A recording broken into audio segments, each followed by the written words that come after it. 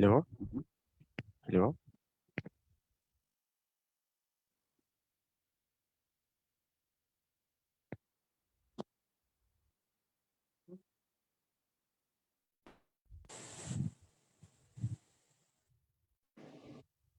Hello?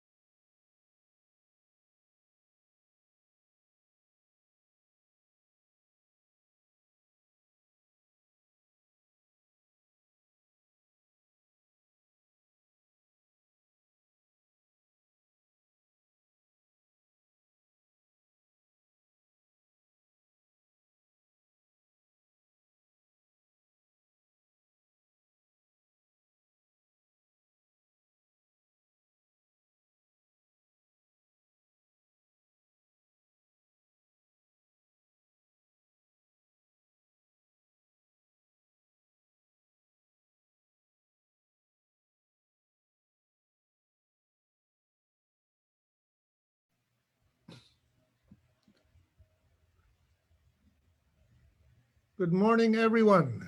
Good morning. Magandang umaga sa lahat na mga nag-tune in sa ating program ngayon.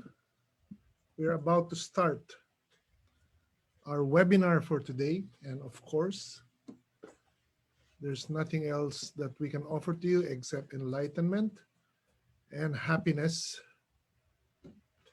And probably one of the more meaningful discussions you'll have this week. Very confident in starting this program and with thanks, of course, to our guest panelists who are already in the room and also all our viewers who are now watching this special show. Magandang umaga sa inyo lahat. We are in for a treat today because today we will honor the very people that we oftentimes forget about or do not see. But they are the ones who bring us joy, and they are the ones who bring happiness to our households. To the press and our guests here in Zoom, and to those tuning in via Facebook Live, I hope you're all having a great day. A safe day, but a great day nonetheless. My name is Red Constantino. I'm with the Institute for Climate and Sustainable Cities, and I would like to welcome you everyone to the second installment of the Moving Towards Mobility webinar series. Maraming salamat, of course, dun sa mga nagtrabaho to put this together. You rarely see them on camera, but let's make sure that they're mentioned. Thank you, Celine, and thank you, Ira. Thank you as well to our valiant colleagues in ICSC, Climate Reality, 350.org Pilipinas, Manila Moves, and of course, Pinay Bike Commuter Community. Colleagues, we're not going to spend much time with me talking because today you'll have a lot of people who will share many things that you don't really talk about daily, and you'll probably get to know more about the work that they do because they are responsible for keeping your households really happy. In the first part of our webinar series, we were joined by a powerful all-women panel of mobility advocates where we discussed the issues the majority of Filipinos face on the streets every day, as well as the inclusion of the mobility needs of all, most especially vulnerable road users. Today, we will be joined by representatives from companies who make our daily lives more convenient, happier, and more meaningful by making sure that our packages arrive at their destination safely.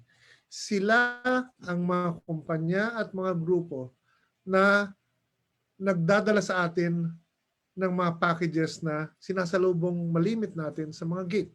Tagapaghatid ng ligaya, tagapaghatid ng mga bagay na masasarap, ng mga regalo, ng mga bilin, ng mga padala.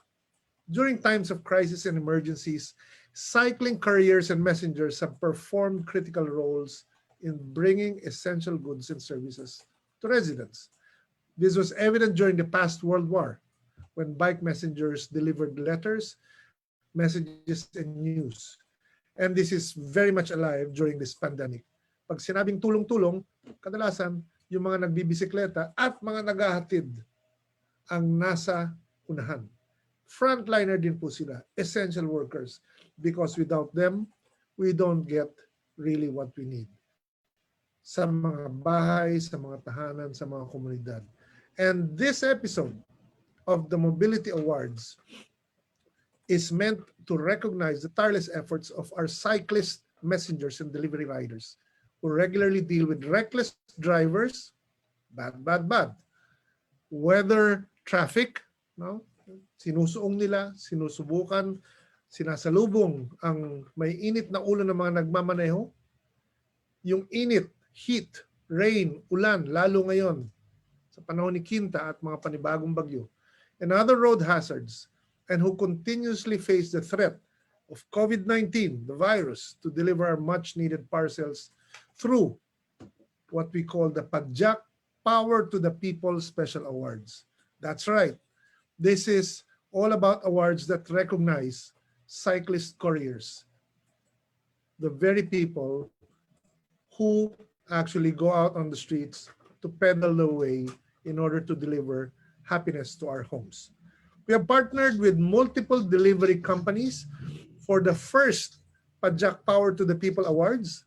When we say first, lagi namin ibig sabihin there will be more. And these awards are where you, the public, can actually see who the participants and nominees are. Because with the companies who will nominate their very own cyclist messengers and delivery riders, we will be able to choose who actually should be deserving of the first round of awards. We will be introducing our partner companies in a bit, but first, greetings to our colleagues again, no, sa 350.org Pilipinas volunteers. Hello sa lahat ng climate reality leaders. Hello sa lahat ng volunteers and advocates with Manila Moves and all the members of the Pinay Bike commuter community. Kung nakikinig si Jerry, hello ulit Jerry, ang aking co-host in the previous webinar. Before we proceed again, let me give a wave of introductions to our panelists today. Marami sa kanila ay mga batikan sa larangan ng kanilang mga negosyo at sa kanilang mga bagong pinasok ngayon. And of course, I'd like to be able to tell everyone that this is just one feature of many in the Mobility Awards. But for this one, it's going to be very special because we're not really just nominating abstract local governments or businesses or workstations. This is about individuals, about people who we hope we will get to know more because they also are pretty good representatives of the companies that they work with, that they belong to. And these are the companies, to us, the companies who matter. So joining us today are members of the participating companies in the Pajak Power to the People Awards. Pajak Padala PH, okay? Food Panda Philippines, Gopher, and Grab Philippines. And each will share with us the background of their companies and their cycling initiatives. And they will also feature the nominees for the Pajak Awards. Itong apat na ito, ang kapartner namin sa awards na ito, dahil sila ang madalas din nating nakakasama. No? Maaring hindi sila pumapasok sa tahanan natin, pero yung kanilang mga dinideliver ng kanilang mga kawani, yan yung bahagi ng ating mga pamilya. So, let me go straight to introducing our speakers for today. We have up to 12, but of course, as we have experienced, laging bitin kahit na 2 oras. So please pay attention. Huwag kayong magpapalit ng channel. Kumbaga, ito na ang inyong pakinggan buong umaga. Our first speaker, he is one of the pioneers of Pajak Padala PH, which is based in Pasig City. He writes, nagsusulat po, he shoots, kumukuha rin po ng video at mga retrato. He creates, and with a simple goal of showcasing the humble perspective of the world through the works that he produces. He converts the proceeds of sold photographs and mixed media artworks as direct aid to our distressed community members and also to fund creative projects. So it's my pleasure to just introduce, and to everyone, the founder of Pajak Padala PH, Lucan Villanueva. Magandang araw po, Lucan. Hello, Lucan. Can you hear us? Maybe not. Let's go to the next one. Our next speaker is a graduate from the De La Salle Manila University and currently working at Food Panda Philippines as a community and communications executive that directly handles our riders. She's also the founder of Paid Forward Advocacy Organization that has focused on helping indigenous tribes around the country. So advocacy is really something that she does, and I think she does it really well. Welcome, Justin Ruth Bitancor. Hello, Justin. Hi, good morning, everyone. Thank you for having me. And thank you to all the organizers who invited all of us, all the panelists, to have us here. Hi, Justin. We're happy to have you around, and we'll get back to you very soon. And Diyan ka lang po, huwag po kayong papadyak palayo because we would like to know more about the story of the work that you do and the company and the people that you work with. Yes, thank you. Thanks. Our third speaker is a graduate of Bachelor of Science in Electronics and Telecommunication Technology. She worked as a sales and marketing officer in a finance software company for 3 years before she became a Gopher dispatch manager in 2016. As a manager, she oversees all Gopher's schedules. Lahat po ng schedules, marami po yun. And the day-to-day operation, which involves so many details from reservations up to the end of every transaction, including the rider's preparation, bike maintenance, and its marketing. And she is creative and very good at multitasking. I would think so. And the advantage is, babae kasi siya, kaya mahusay. The rider's preparation, bike maintenance, every transaction is involved, no? Including marketing, which means aside from being a manager, alam din natin that those people who are quite capable in multitasking are most likely moms as well. And of course, she is a mom to a 7-month-old baby boy and a proud plantita. We will ask her, of course, anong pangalan ng kanyang baby boy. Pero hindi na natin tatanungin anong pangalan ng kanyang mga plants dahil ang mga plantita masyadong maraming halaman din. Welcome, Jeza May Abalos. Kamusta, Jeza? Hello, Sir Red. Thank you. Okay naman po. And thank you for inviting Gopher to your webinar and this Pajak Awards po. Anong pangalan ng baby boy mo, Jeza? It's Paul Ethan, sir. Paul Ethan. Hello, Paul Ethan. No. Mahusay ang iyong nanay. Thank you, sir. And last but certainly not the least, she serves as the Strategy and Planning Assistant Manager for Grab Food, managing delivery partners to help ensure quality service and experience.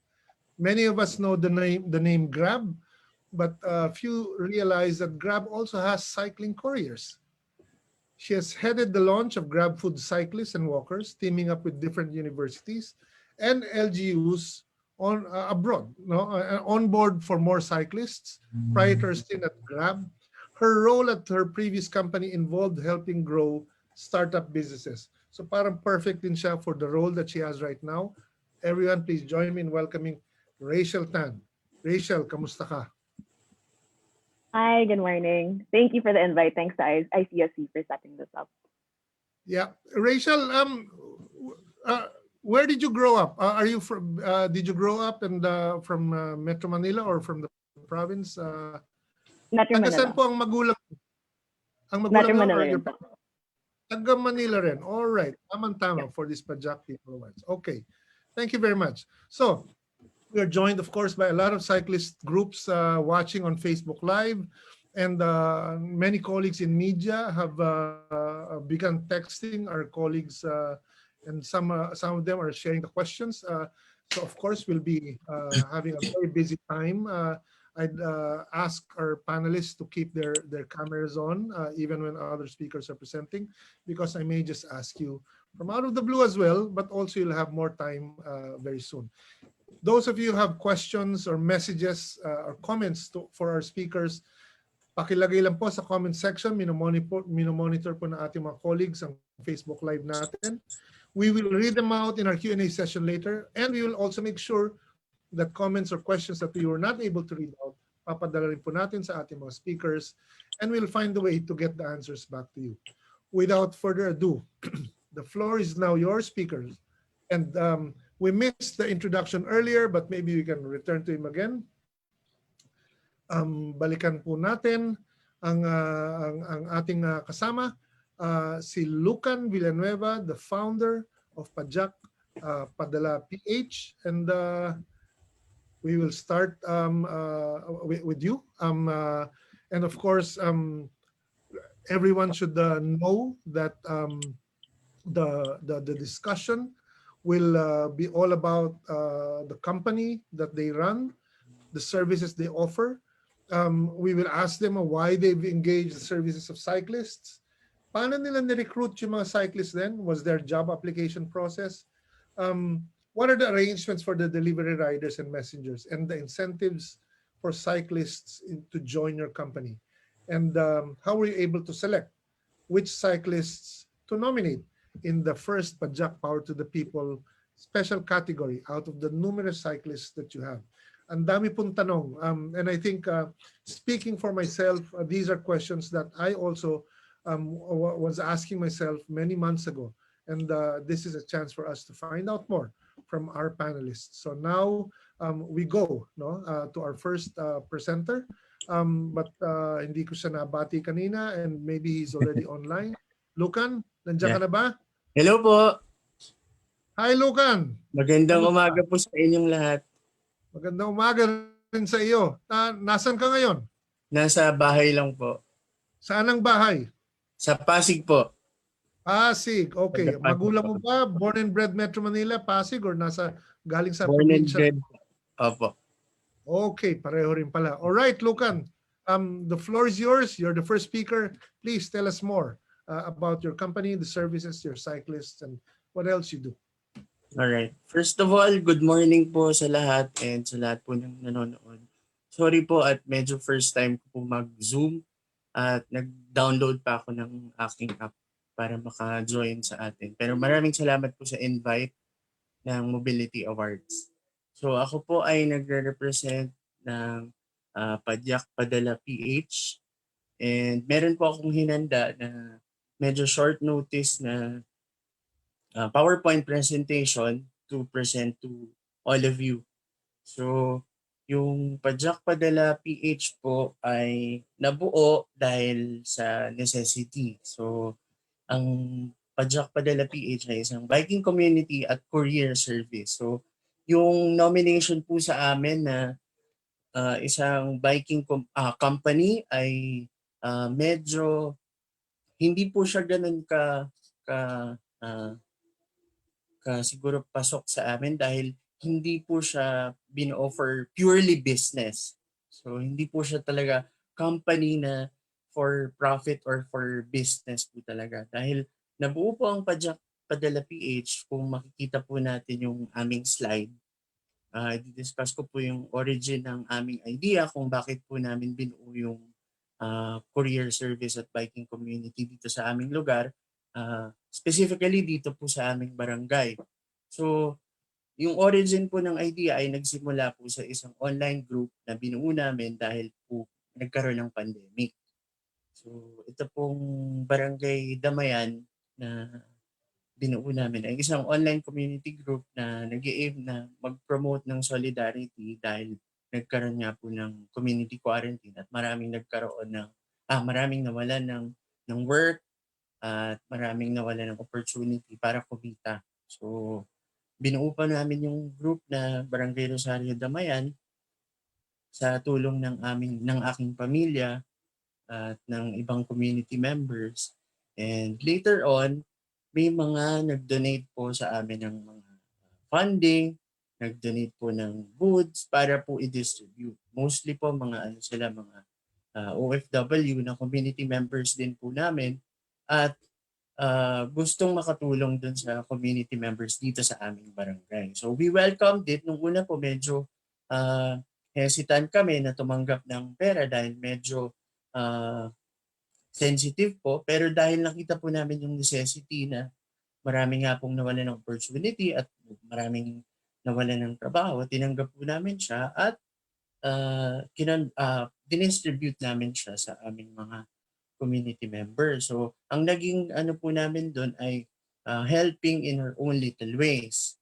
So, kung ano yung kaya mong itulong mo sa kapwa. Parang ganun po yung naging aming battle cry siguro nung group namin, yung online group na Barangay Rosario Damayan.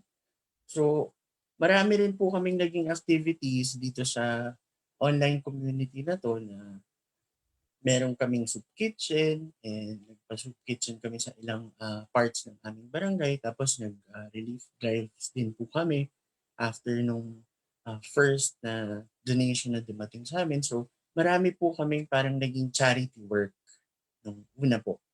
So charity work po yung naging itsura ng online group namin. So may soup kitchen at relief drives.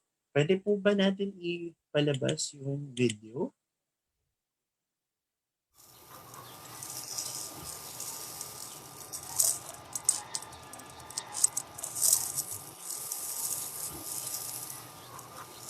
So, anyway, ang drive po nung group na Barangay Rosario ay Solidarity. So, naging charity siya dahil marami pong donations kami na nakuha. Dinistribute namin siya sa. Pero, ang main focus po namin ay makapag-isip ng mga ideas para makatulong po dun sa community members. So, charity is one aspect lang po ng aming online group. And then, sa likod po na, nag-iisip pa kami continuously ng mga ways to help the community. So, doon po papasok yung Padyak Padala PH na product din po siya ng aming community. So, hindi lang po ako yung nakaisip. Though ako po yung founder, pero marami po yung nagsabi na pwedeng mag-set up tayo ng bike delivery service, courier, dahil wala nga pong transportation, walang mode na kung pwede silang bumiyahe. So walang transportation at all nung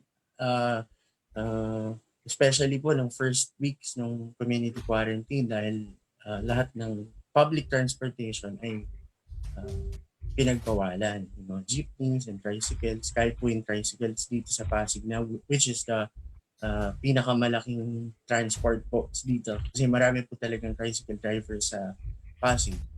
Pinagbawalan po siya. So, naisip po namin, along with our community members, na mag-set up ng Padyak Padala PH. So, ang gusto po namin i-point out, yung Padyak Padala PH ay product po siya ng community.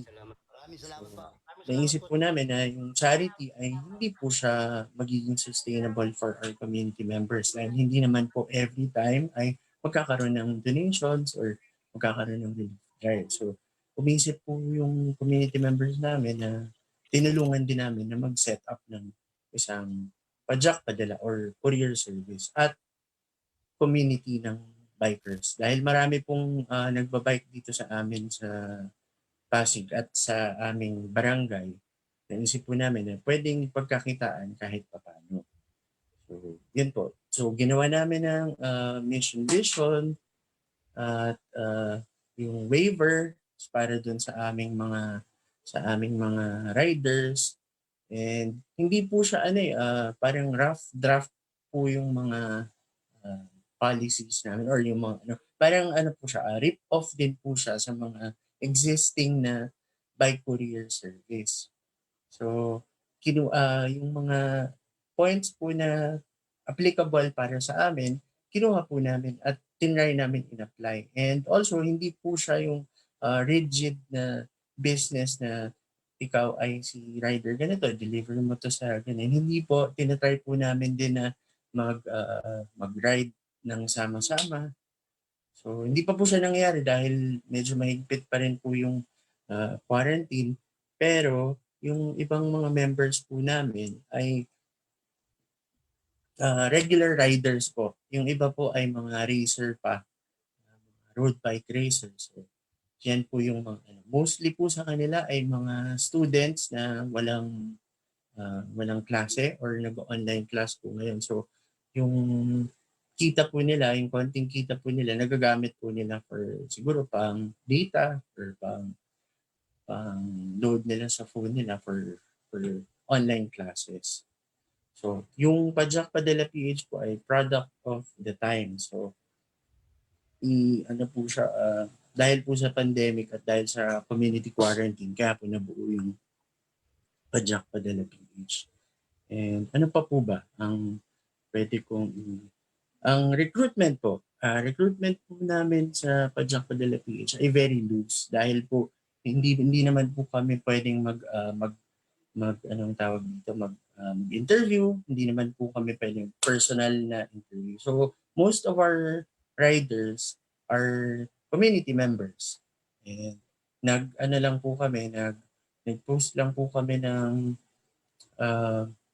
parang konting requirements para i-fill out nila kung meron silang bike, helmet, and we made sure na meron po silang helmet para pag nagbabiyahe sila ay safe po sila sa daan, and at the same time, wala pong hassle kung if ever na hindi po natin masabi kung merong disgrasya sa daan. So we made sure na meron po silang helmet, at kung wala po, tinatry pa rin po namin na mag-provide dahil hindi naman po ganun kalaki pa yung aming audience. So tinatry namin na mag-provide ng helmet dun sa mga wala na gustong maging rider. Pero as of now, lahat naman po safely na nakakabiyahe, and as of now, ilan po ba? Konti lang po yung riders namin, mga siguro 12 or 10 lang po yung riders dahil nag-start po siya dito lang po sa aming barangay, at promo rates lang po yung aming inoffer. So mababa po siya, talagang mababa po siya compared dun sa ibang delivery para din po maka-attract ng customer, para maka-attract ng magpapadeliver. So mababa po siya compared sa iba. Pero later on po, may mga nag-join na sa amin, nag-a-apply po na maging rider, na sinasabi nila na bakit sa barangay nyo lang, bakit sa Pasig lang yung delivery service nyo. So ito yung mga hindi outside na po dun sa membership ng aming online group na nagtatanong bakit di kayo nagde-deliver sa Taytay, for example, sa Cainta, kaya naman ng mga riders. So ang mas siguro yung nag-hold back, mas ako pa, kasi iniisip ko yung safety, na pag sinabi namin na member namin yan, syempre meron kaming responsibility if whatever happens to them. No? So nag-hold back kami, especially ako, na baka hindi natin kaya na mag-deliver sa nearby city. So we limited our operations po sa Pasig muna for the first 2 months yata, or first 2 months. So the first 2 months po, Pasig lang po kami nagde-deliver. Iba yung rate for Pasig and iba yung rate for the barangay. So para siya po talagang community service namin binuo na with the bike community. And then Anong coverage nyo ngayon, Lucan? Sorry po? Anong coverage nyo ngayon? Ang coverage po namin ngayon, hindi po namin siya ina-announce openly dahil po yung mga riders ay medyo nangangapa-ngapa pa po kami. Nasa talagang rough draft stage pa lang po yung Pajak Padala PH. Ngayon po ay nakapag-deliver na po kami sa Taytay, Cainta, Mandaluyong, meron na rin po sa ano ba yung isa? San Juan po. Sa San So, Juan? yung nearby cities po ng Pasig, yung mga katabi lang po, tinry na po namin. Kasi po yung mga riders, sinasabi nila, kaya naman yan, hindi naman yan masyadong malayo sa Pasig. So, sabi ko, kung kaya no, sige, try natin. And then, nung nag-open nga po kami, post kami na nakakapag-deliver na kami dito paunti-unti, mas marami po yung nag-a-apply. Hanggang ngayon po, may mga groups pa rin po na personal groups po nila yata yun na gusto nilang isali sa Pajak Padala PH. Na gusto nilang... Tumataas ang demand, Lucan. Tumataas ang demand. Actually po, nung medyo parang lumuwag po yung community quarantine natin for past 2 weeks po yata. Okay. Opo, nung medyo lumuwag po, kasi po may tricycle na rin po ngayon dito sa Pasig, medyo bumaba po yung demand. Ang naging mataas po sa amin ay yung riders na gusto pong sumali. I see. Opo. So yun din po yung aming siguro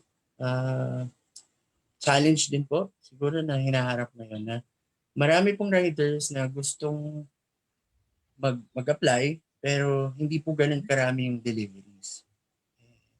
I see. So there's a part of the challenge is to match you with companies that actually need courier services. Actually, yes, pwede pong mag-partner. Kasi po ang Pajak Padala PH hindi naman po siya purely business. So, parang ano po siya, loosely na business, community service, siguro po ganun. Parang gusto namin po. community service.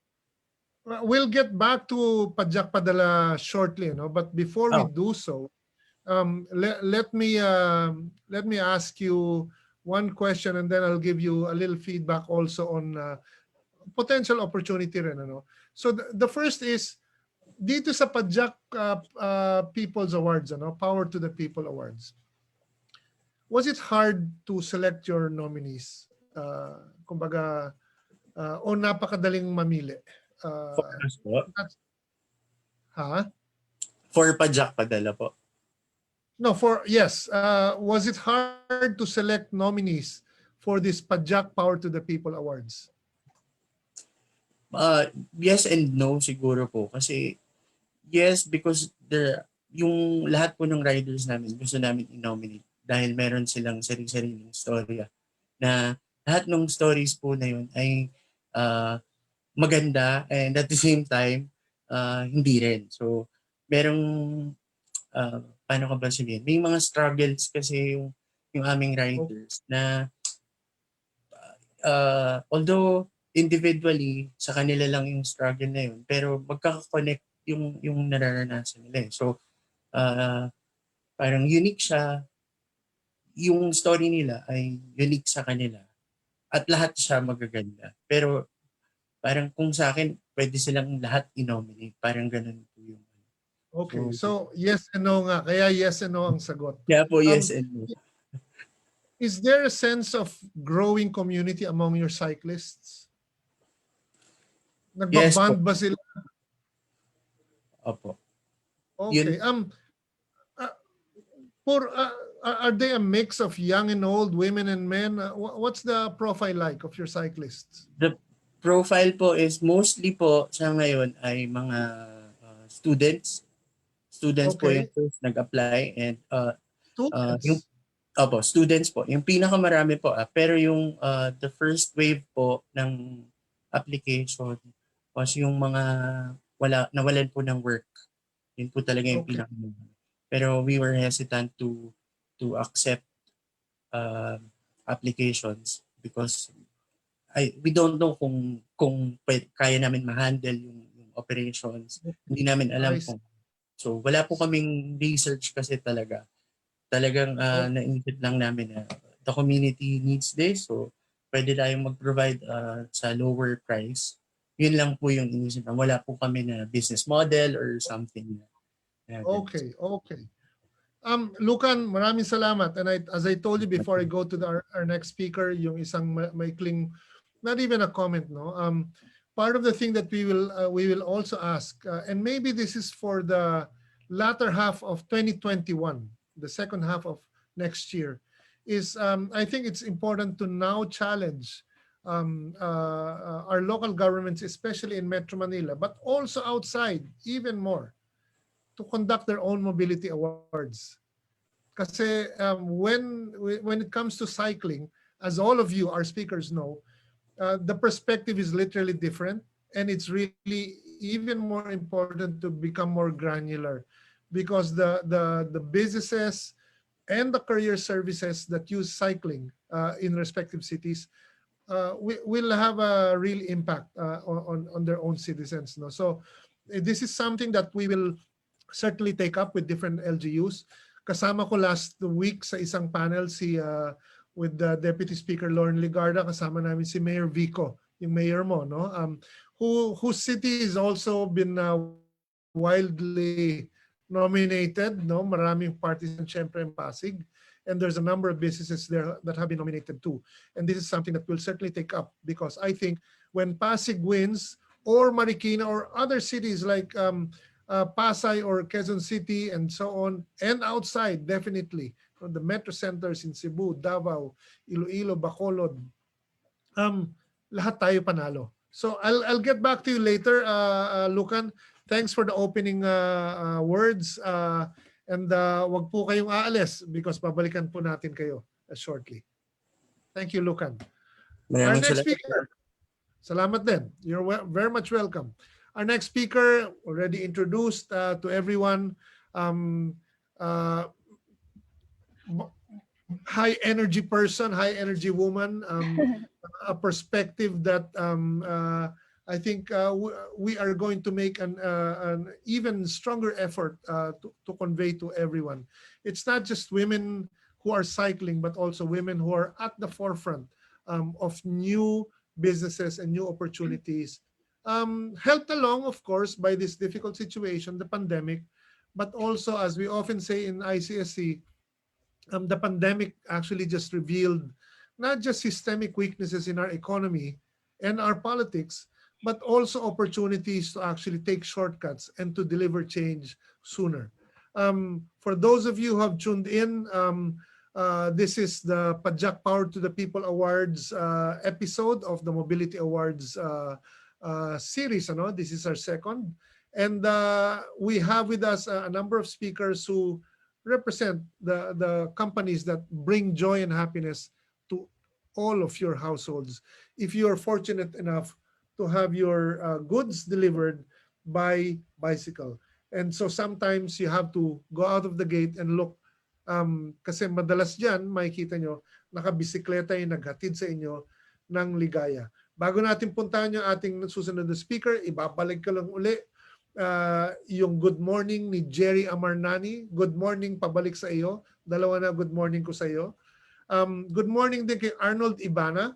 And of course, from Isabela, si Severino Salvador. Good morning din po. Lagi kayo nakatune in dito. Pagdating po sa National Awards, I hope hindi magpapahuli ang Isabela, no? In order to recognize leaders and also businesses and workplaces that have leaders as well looking towards the future. Hindi tayo babalik dun sa nakaraan, pre-pandemic, pre-February. We are looking towards tomorrow. And tomorrow is something that you can also spell as Justin Bitancor of Food Panda. Justin, over to you. Ikaw na. Yes, thank you so much, Red, for the introduction. Story. Yes, I'm so excited to share our story, not just as a company, but also the bicycle nominees that we have. And maybe before I start and I fully introduce myself, I'd like to introduce the company first with a very short video of what we do and who our riders, bikers, and walkers are.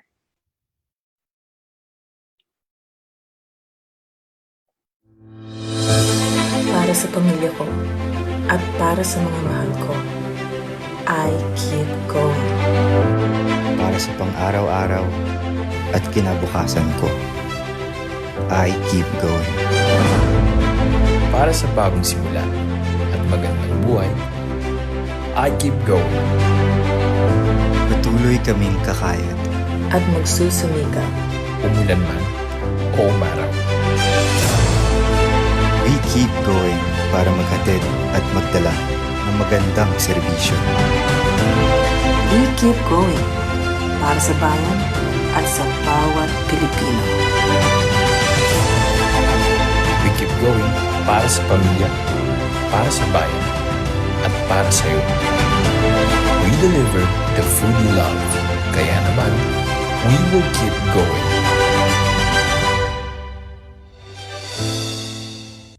There. So that's a very short video. It's entitled We Keep Going. So in their company, as customers, vendors, and of course down to our riders, we always keep going. And we have a lot of stories to share from everywhere in the company. And that would be the highlight of what I will be talking about today. So next slide, please. All right. So just to give you a brief background, Food Panda Philippines was established here in May 2014. And of course, all the food we offer is from local to international cuisines. And of course, we would like to highlight the perfect combination of the coziness of your home and the amazing food that we have here. So in a specific area, there are different food, and we always highlight the sense of family, the sense of oneness, and that's what Food Panda does. So here in the Philippines, we're slowly painting the country pink, and we're very excited to have all the cities covered in pink also with our pink riders. Next slide, please. Okay, so just to give you a background, our delivery partners are consist of riders, bikers, and walkers. So as cyclists, we chose them because, first of all, we want to provide livelihood and opportunities to every Filipino. Um, it doesn't have to be like a rider in order to deliver. We want easy access to every Filipino, whether you're old, you're young, you're a woman, you're a man. We want that opportunity to be given to every Filipino. And of course, we always campaign for an advocate for a green fleet, meaning we have a lot of initiatives moving forward, hiring new bikers, thinking of new initiatives in order to support the green fleet to be environmentally friendly. And of course, we would also want to open the opportunity with short distance deliveries wherein it doesn't have to be a motorcycle delivering in your area. It could be a bicycle as well, most especially in Makati and in BGC in Metro Manila. And just to give you a background also, we are our bikers are nationwide, so we have different bikers all around the country. But as for this one, of course, we will highlight the Metro Manila bikers. Next slide, please. Okay. For the application and incentives, being a Food Panda rider, biker, and walker, it's very easy. So, of course, we applied the online application wherein they fill out the form, they submit all the requirements, and then they'll wait for a text from one of our hubs, text or call, and then they could get their equipment and start immediately. So it's really like that. Like it's that easy. It's that great of an opportunity to be a Food Panda rider. And as for the incentives, for all our riders, we offer them different discounts and deals from different companies, from gasoline stations, from insurance, also from loans that we have. We offer them everything with the discounts. And it has been very beneficial for them because that's one of the reasons why they keep staying here in the Food Panda community and the Food Panda family. We also incentivize them with their performance, of course, the best performers, and we always reward the key performers because that is how we show our gratitude towards them, and that is how we show our love and support to all of them. Next slide, please. There. Maybe just to give you a brief background on how we chose our nominees. So it has been a very simple criteria. More than just being a good performer, getting a top award, or being the #1 biker here in Metro Manila, we have 3 words that we chose. That is dedication, passion, and heart. So again, more than being a good and a top performer, a rider or a biker needs to be dedicated. Their stories and on the road, all the help that they've done to their community and the road, of course, their passion for helping out, and their passion for serving their families and serving our customers to the best that they can. And more than anything, it's the heart. It's the heart that they give to the company, to our customers, and of course, to their fellow bikers as well. So those are just the 3 things that we use to choose our nominees. And alongside that, I will be presenting the bike nominees later. So thank you so much. Justin, maraming salamat. Yung 3 salita na yan, dedication, passion, heart, Yes. puso yan. Kumbaga sa Pinoy. That's all about passion is almost passion. You need to be dedicated, and you cannot be dedicated without heart. And it's hard to be passionate if you're not dedicated as well. So it speaks a lot of Food Panda. I can certainly tell you that my household, the households of my families, and my colleagues, ICSC, in particular, kasi marami sa kanila malalakas talaga kumain, madalas sila na contract, and it's just amazing that there's more and more courier services out there. My question to you is the same as what I asked from Lucan. Was this hard to select your nominees? And did this also come as a surprise? Is this something that excited, or your cycling couriers are also aware of the awards that you're part of now? Well, same with Lucan also. It was both hard and it was both easy because in my position, I directly handle the riders, so I know a lot of them and I am in one with them, and I can see all the different good things that they've done from the smallest ones to the biggest ones, and it's hard to choose who to nominate for this one. But again, you would want to focus, of course, with the three things that I've said earlier, and it was easier to use that and to highlight that. But again, I'm proud to say that all our Food Panda riders have that dedication and heart with their work. So thank you so much. Maraming salamat, Justin. Ano? Bitangkor, taga saan siya? Is that also Laki Tubong Manila or sa ibang probinsya? Well, my last name, it's from Bicol and Baler, a mixture. Aurora Bicol and Baler, Baler. yeah. In Quezon. Oh. Yeah. And did you grow up here or in Bicol or Baler? Oh, I grew up here in Metro Manila already. Okay, Born and ganun raised. din. All right. Yeah. Oh, born and raised. Justin, maraming salamat. One final question. I Mhm. forgot to ask Lucan. Maybe you can just shout out or I'll ask you later. Do you also have women cyclists? I saw one in the video. I can't remember if cyclist siya or motorsiklo ang maneho niya. In our fleet, of course, we have women cyclists. Oh. More than just women, also we have people with disabilities as our riders and bikers also. So Oh. it's really the oneness of everyone and acceptance of everyone despite of their minorities or the disabilities that they have. So yes, we have. Wow. All right. That's pretty cool. Lucan, nakalimutan kitang tanungin kanina. Yes, Do you po. also have a mix of women and men riders? I mean, As of now po, puro lalaki po yung riders namin. Pero marami pong application na women riders. So siguro po pag next na i-process namin, pwede rin po. right. Opo.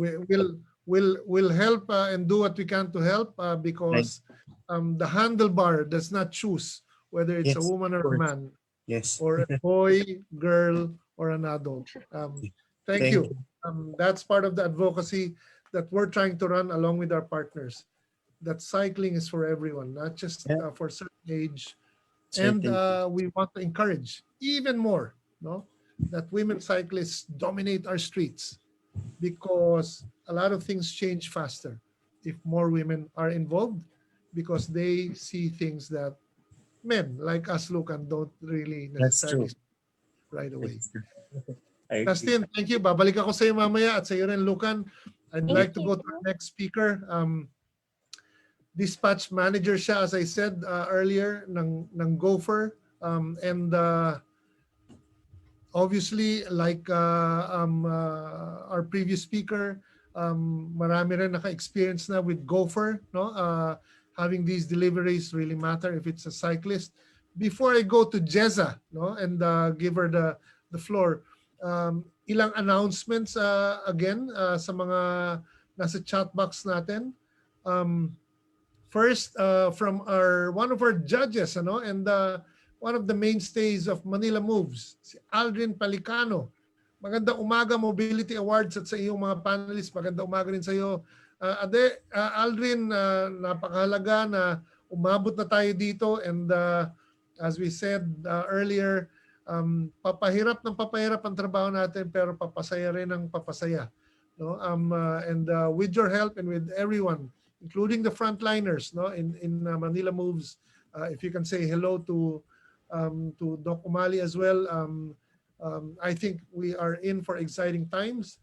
Something that I'd like to also announce now, because ngayon lang pumasok yung balita, almost like breaking news, and I'm pretty sure our four friends on the panel right now will welcome this also. A private citizen has dropped off what he said was his contribution to the awards. Nag-iwan siya ng 3 sako ng bigas. Si Rolly Cruz, thank you very much. He runs a company in Tomas Morato. And that company, we haven't found out yet kung anong pangalan. Many times people are too shy, and because what they want is to be generous with what they have. And he left 3 sacks of rice, 3 sako ng bigas, bilang dagdag sa mga Padjak Power to the People awardees natin. Thank you, Rolly Cruz. Ang laking bagay. This goes in the spirit of what we're all trying to do, which is tulong-tulong. Marami man tayong batikos sa isa't isa, sa pamahalaan, sa madlang people. Ultimately, things can be solved if we will try to help one another. And your act of generosity, I would say, is an act of citizenship. Just the same as what our colleague in Gopher is doing. I won't take longer because I would really like to hear more about the work that Gopher is doing, in particular, the views and updates from Jeza May Abalos. Jeza, ikaw na. Hello, Sir Ed. Thank you. This is a short story for Gopher. Gopher started year 2016 as a personal bike carrier. And we only cater Makati area and BGC area also only. And nakilala lang si Gopher through word of mouth and referrals ng mga previous customers namin. And then, until na unti-unti, lumalawak yung coverage ni area, and then we started to cover the whole Metro Manila.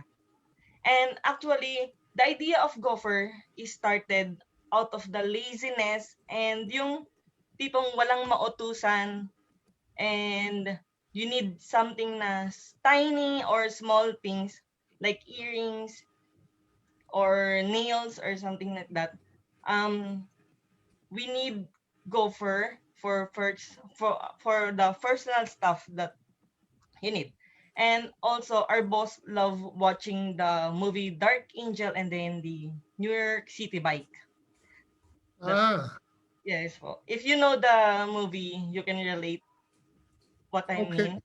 And then also, the Gopher Riders it was started on our first batch, yung mga drivers po namin. We encourage them to use bike. And then we encourage them to pedal around Metro Manila or Makati po. And then for the second batch, we undergo the interviews. And then our riders are insured. They also have health cards, and yearly we do have company travel, domestic and international, for free. We encourage riders to use bicycles for careers and to join our community. And also, yearly we give our best Gopher of the year an award. Wow. That's our short introduction for Gopher, as we are just started and we're just small company for not that for public, and it's of just for private purpose. Jessa, taga saan ang pamilya natin? Makati, sir. Makati. Yes, Ayan. sir. Walk us through this. Sir? Walk us through this. Ano ito? Ano ito nakikita natin? Gopher, how Gopher works? Gopher works by simple booking a Gopher through calls and emails. We only accept bookings to our website, phone calls, SMS, and emails. As of now, kasi we don't have the application and it's currently underdeveloped po. And then we just need that on booking Gopher, we just need the details, complete details like full name, address, email address, contact address, items, and the description, and also the pickup time and delivery time. And we are operate only Monday to Friday from 9 a.m. to 5 p.m. For weekends, we as of now we're not doing weekends delivery because our rider and we don't do weekends delivery. And then for Okay. tracking, we just do time to time SMS and calls updates to our customers and riders. And for payment, we accept COD, and then we accept also online payment through Tagcash, and then and Beabank. That's all, sir. And next slide, please. Here's our Gophers services that we offer. Pickup and delivery of documents, parcel, food deliveries, household or other stuff.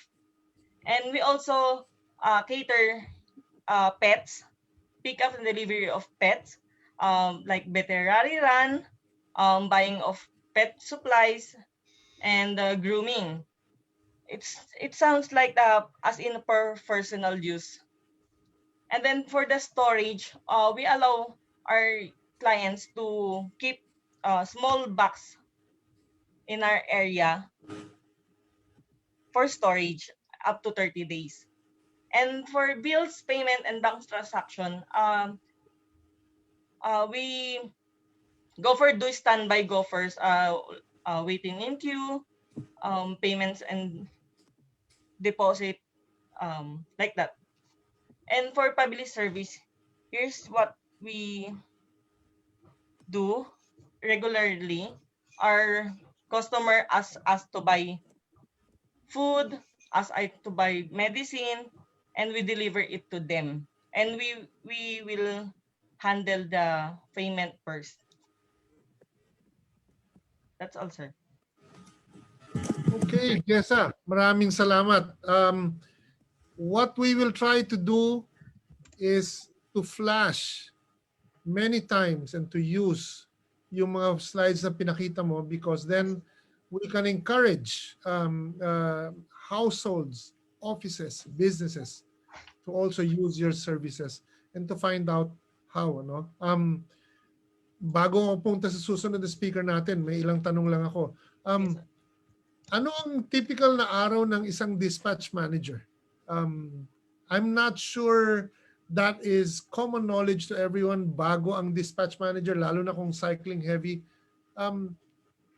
What's your ano ang nangyayari sa isang araw? So, kunyari, Lunes o Martes. 9 to 5 din ba yan? And kausap mo ba yung cyclist mismo or may ibang sistema? How does this work? Thank you, sir. Actually, nakikita po namin si rider personally kasi we are in one office lang po. And then from Monday to Friday, nag-uusap-usap kami. We have an orientation and reminders sa morning, and then before we leave, meron din po kaming meetings to report yung mga nangyayari po, sir. I see. Ano uli yung coverage ng mga syudad? Ngayon, sir, we cover Metro Manila na po. Metro Manila na. Yes, sir. Okay. Malaki na bigla. Yes, sir. Okay. Kasi most of the clients po kasi nag-a-ask kung kaya nyo ba dito, kaya nyo pa dito, and then mas dumadami po yung customer namin outside Makati and BGC po eh. I see. Actually, kapag tinanong mo yung cyclist, kaya nyo ba dito, kaya nyo dito, ang sagot ng cyclist, kaya namin lahat. Yes. Pati Mount Everest, kaya rin namin yon. So, Yes. hindi cyclist ang dapat tinatanong ngayong customers. Yes, sir. All right. Okay. So, mostly cash on delivery and so on. Yes, sir. And then meron dito kaming payment, online payments po. Yun po yung sa company po namin, which is Tagcash po. Okay. Tapos, ang kulang nila ngayon ay app for Gopher. Yes, sir. Okay. Is that being undertaken? Ini-explore ba yan? Or pinag-iisipan nyo pa? Or you're talking to different groups on this? Actually, we already talking to our developers regarding that, and then they're finalizing po yung how it will works po. I see. Well, that's very good news kasi as I said earlier, hindi na tayo babalik sa pre-February na buhay natin. I think this is This is going to just simply improve. We will have more delivery services, more online delivery, courier services, and hopefully a large part of that will be delivered by cyclists. Yes, No? sir. Because by doing so, you help provide jobs, you help make our cities cleaner, um, you help create a better neighborhoods because cycling is always better for our streets.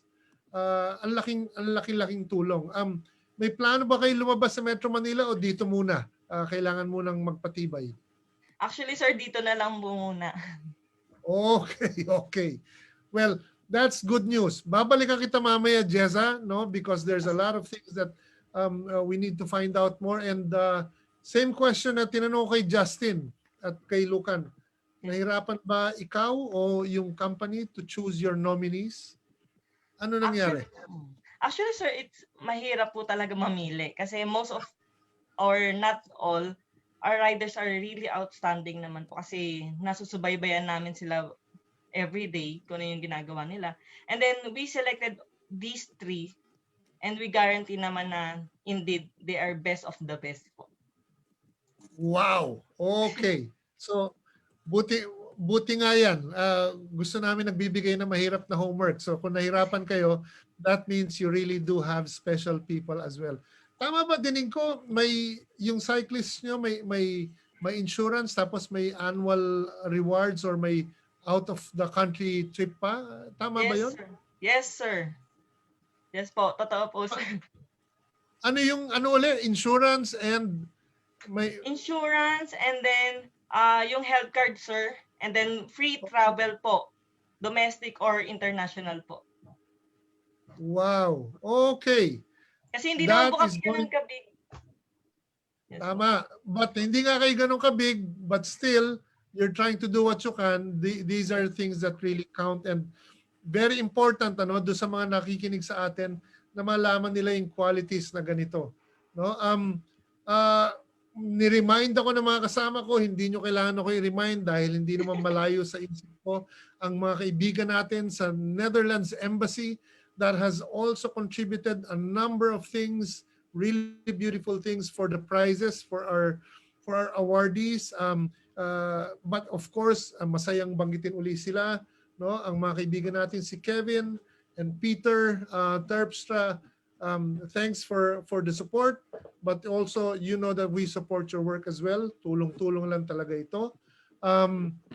Hello to Annie Calma, laging kalmado. Good morning. And from Lucky Villanueva, a top fan of Mobility Awards, it's about time to support inclusive and sustainable modes of transportation and mobility. Kudos to the Mobility Awards and the courier communities that supported this initiative. From Jerry, I hope in your future plans you also consider hiring from the PWD sector, persons with people with disabilities. Nabanggit po yan. Meron din silang proactive hiring, and I think this will only improve. Jerry said that China has a good example for this. And we'll flash this on the screen and maybe on our Facebook also later. Ambassador De Lang, of course, it's very hard to forget you. And so hello again mula sa kanila. Kay Class Dayaw, inspiring stories brought by Mobility Awards. Kasi inspiring din kayo. Ito ang community na tutulungan. So we started from small and then we go to the biggest. But biggest, as I'm pretty sure our next speaker will say, is not really relevant because the market is big and it will only grow bigger as we turn towards a new economy and also embrace cycling as a delivery service that's going to be hopefully part of our lives as our national government, local governments, businesses, and workstations transform our cities into a more inclusive, working class friendly, urban dwelling places where people can live healthy lives. That, of course, prioritize the 88% of households in Metro Manila and the greater Metro Manila area, 88% is the number of households that do not own their own cars. Kaya yung mga the bicycle to work, we honor them as much as we honor as well the courier services that are providing similar support. No? And of course, hindi pwedeng kalimutan ang kilala ng marami, pero it gives me great pleasure to give the platform to one of our colleagues, Rachel Tan, the Strategy and Planning Assistant Manager for Grab Food in Grab Philippines, because cycling deliveries of Grab is not the most known, but I think you should know about it because this is a really special part of a special company. Rachel, over to you. Thank you, Sir Ed. Hi, good morning, everyone. And again, thank you po to ICSC for setting this up. Definitely agree with you na it's not as known. So when people think Grab, siguro initially po they think motorcycles, no? So this is definitely like a good platform for us to let cyclists know na on Grab there are other earning opportunities as well. So we don't have slides po, pero I'll try to make my kwento na lang more interesting. So I'll talk about how we started, why we started, and then siguro I'll walk you po through what it's like to be a cyclist with Grab. So on the Grab food side po at least, no? Like I mentioned previously, we only had motorcycle drivers on our platform, but we realized that there are a lot of cyclists also who expressed interest in earning and being delivery partners as well. And as a lot of them have mentioned na they've been cyclists for a very long time. So we thought, why not extend the opportunity to cyclists as well? Para hindi na po limitation ang pagkakaroon ng motorcycle to earn with us.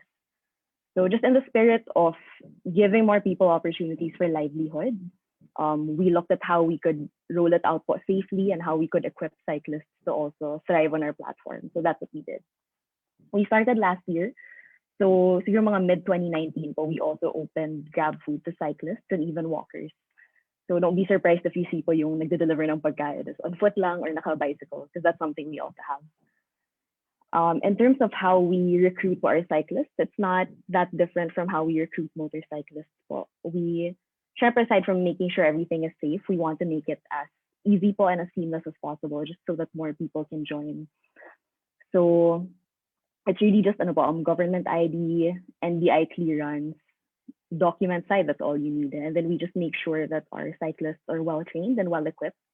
So that's something that's very important for us. It's always been not just more than opening Grab Food to cyclists and to walkers. We also want to make sure na well equipped po sila so that they're confident to thrive on the platform, so that they're confident to take more trips.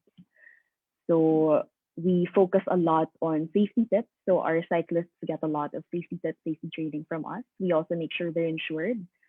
And then we also make sure that whenever they have questions about what to do po when on the road, because syempre it's different now when you're actually taking deliveries, they have resources and support groups for where to go. So overall, it's just about making sure they're well trained po, they're safe. Safety is definitely a priority, and just making sure na we have enough demand for them so that they're able to go wherever. In terms of coverage, we're also open, or we're also within the whole of Metro Manila. When we started, actually, we opened it lang po to Makati and BGC. We wanted to keep it na just small po muna, just to make sure na everything looked okay. Wala po mga other problems specific to cyclists that maybe at the time we weren't trained yet to handle. And then once we realized po na kayang-kaya nga po ng mga cyclists, we decided to open it up to the whole of Metro Manila. So now if you're a cyclist and you want to join Grab Food, wherever you go po within Metro Manila, you can take trips. In terms of incentives naman po, so again, aside from an easy way to earn on your own time, we do our best to make sure our partners are well equipped, well trained. And then even po aside from safety, we try to make sure may mga other interesting fun facts and topics we share with our delivery partners. So things like personal finance, things like other areas for livelihood. So overall, we try to make the experience medyo mas holistic. And then we also have a program called Grab Protect. So it keeps our delivery partners and our community safe. Ngayon po na COVID is definitely like a problem for all of us. After we realized how big it would be, we partnered with the National Task Force Against COVID. So we have swab testing po for our delivery partners. So yeah, overall, we just try to make sure po na all the offers we have, whether it be in terms of incentives when you deliver or benefits outside the trips you take, basta parang nasa Grab or Grab Food po kayo, we just try to make sure everything is suited to the problems and interests that they have at a certain point in time. And then overall, we also maintain constant communication with our partners for safety tips, announcements, how to earn more. Fun fact in terms of the makeup naman po ng mga cyclists natin, we have a mix of men and women. I've spoken to a couple of them. We have some students, so we have some part-time mga university students po also on the platform. So when I found out, it was actually pretty heartwarming po for me because I realized the flexible nature po of what we offer them at least allows more and more people to earn just by being a cyclist and just by taking deliveries. So we have some university students po. We have other part-timers who have jobs outside of delivering po on Grab Food. We have a lot of, and then we have a mix po of mga breadwinners and family, men and women, and then we have even a few single people who just, when we ask parang, oh, why are you on Grab Food? They just say, I just want to earn some parang extra income for myself. Make sure na parang mas secure po ako. So it's a good mix. It's definitely a good mix of delivery partners. Yeah, overall, that's it po. We really just wanted to take the opportunity that ICSC gave us to let people know na if you see cyclists on the road, huwag po kayo magulat because it's something we have. It's pretty new. So like when people see mga delivery partners on bicycles or on foot, they ask parang Grab Food has this na pala. So the answer is yes. So it's something we want to make known to all cyclists everywhere within Metro Manila, just in case may interest po for another way to earn and another way to thrive. That's something they can definitely take up po with Grab Food. So yeah, Okay. that's it naman po. Rachel, thank you. If there is, if you can type in the chat box, and my colleagues will flash that later, if there's a number or contact details that cyclists can reach out to if they're interested in working with Grab Food Philippines, then please share it with us, no? And we'll do what we can. Now, before we get to the exciting portion and nominees, because then we go to putting a face to the people who are giving all of us, our houses, a lot of happiness and all. A quick question. You know, Grab is pretty big, but I think this question can be answered easily. I suspect, no, because everything is in a flux, but moving upwards. Not normally, people would not normally think that there's anything that Grab will think of in terms of help. But what is your message to the public? Is there something that we can help with, the NGOs can help with regard to giving a boost to the cyclist part of your delivery services? Got it. So siguro po my answer will be twofold. The first one will touch more on how the public has received it.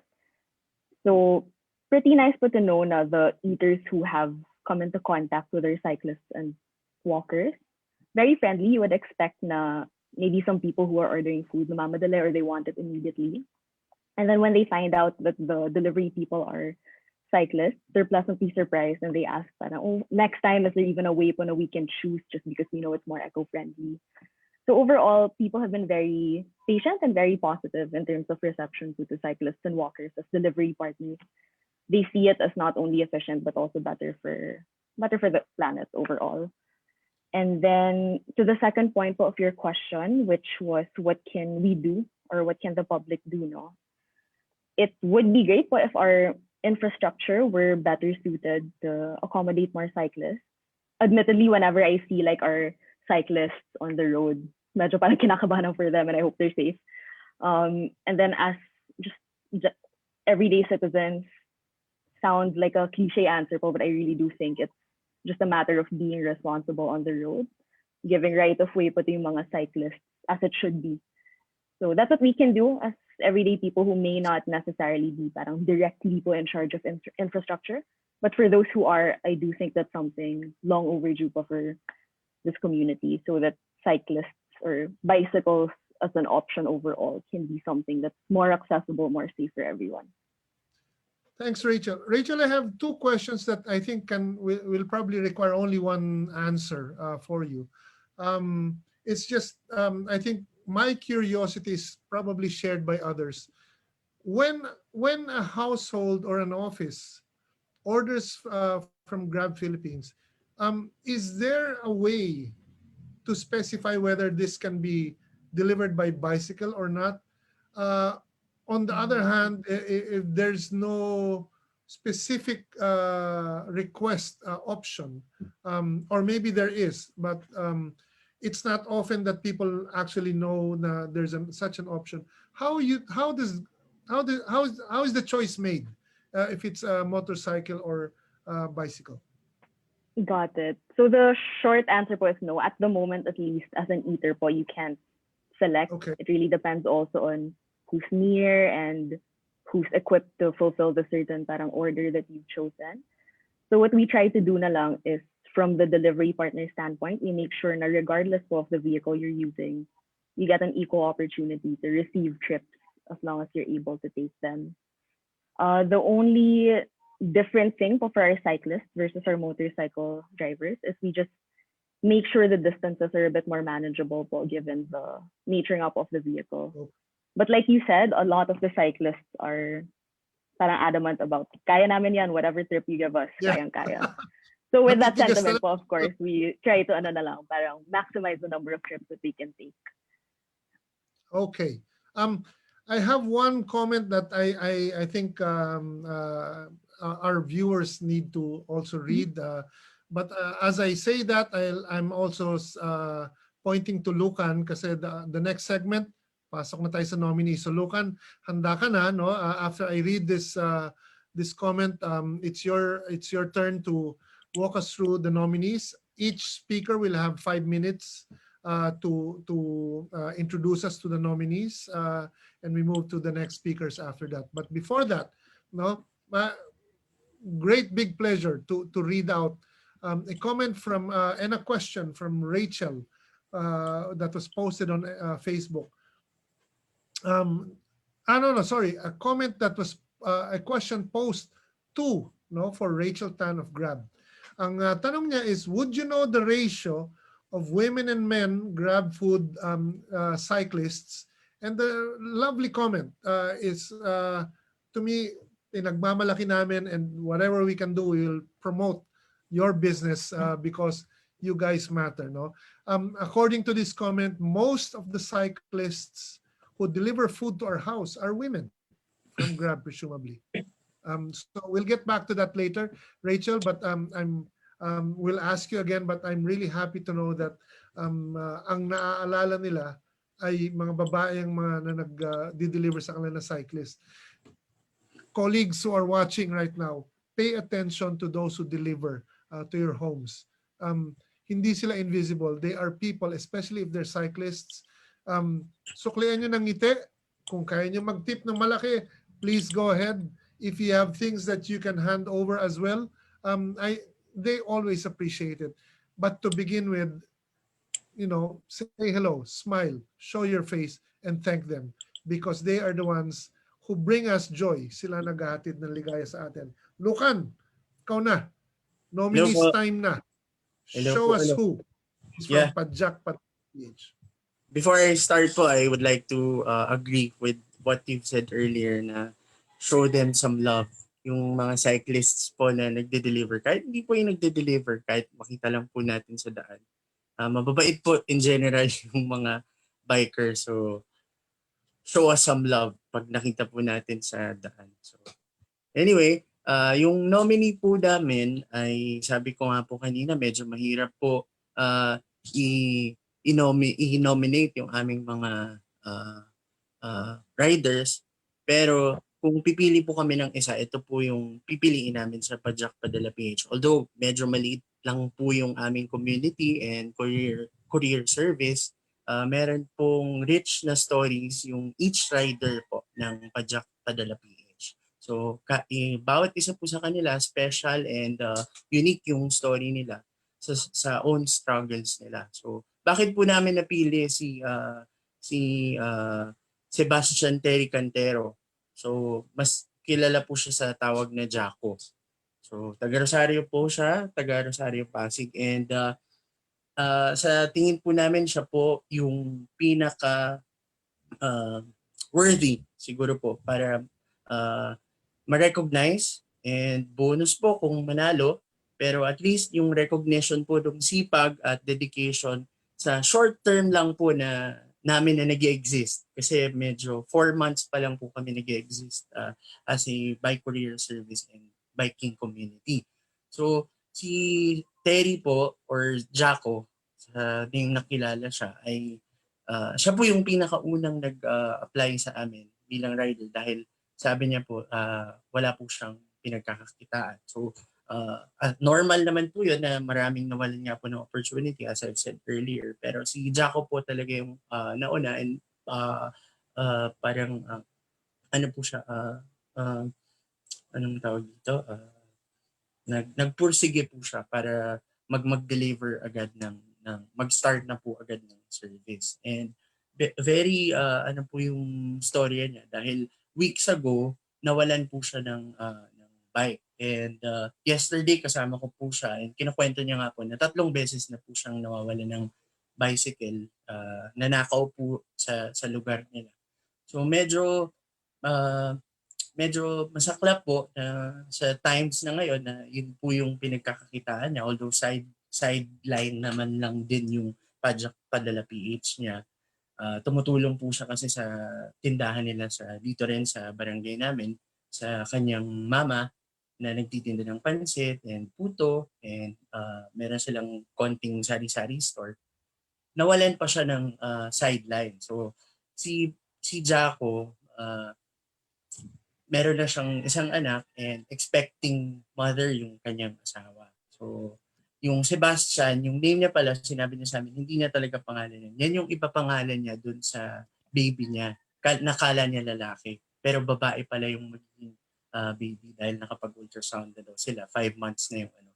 So expecting siya, kaya sinasabi niya, parang doble kayod siya para siguro sa hospital fees and daily survival, no? So nawalan siya ng bike and weeks before naman siya mawala ng bike, nahuli yung father niya na sa drug-related na case. So, hindi na agad sinabi sa amin na nawalan siya ng bike. Later on, nalaman namin na ganyan, na nahuli nga yung father niya and after a week, nawalan siya ng bike. So, parang medyo harsh na nga yung times natin ngayon. Ganun pa yung kumbaga yung nangyayari doon sa isang partner courier namin. So hindi ko masyadong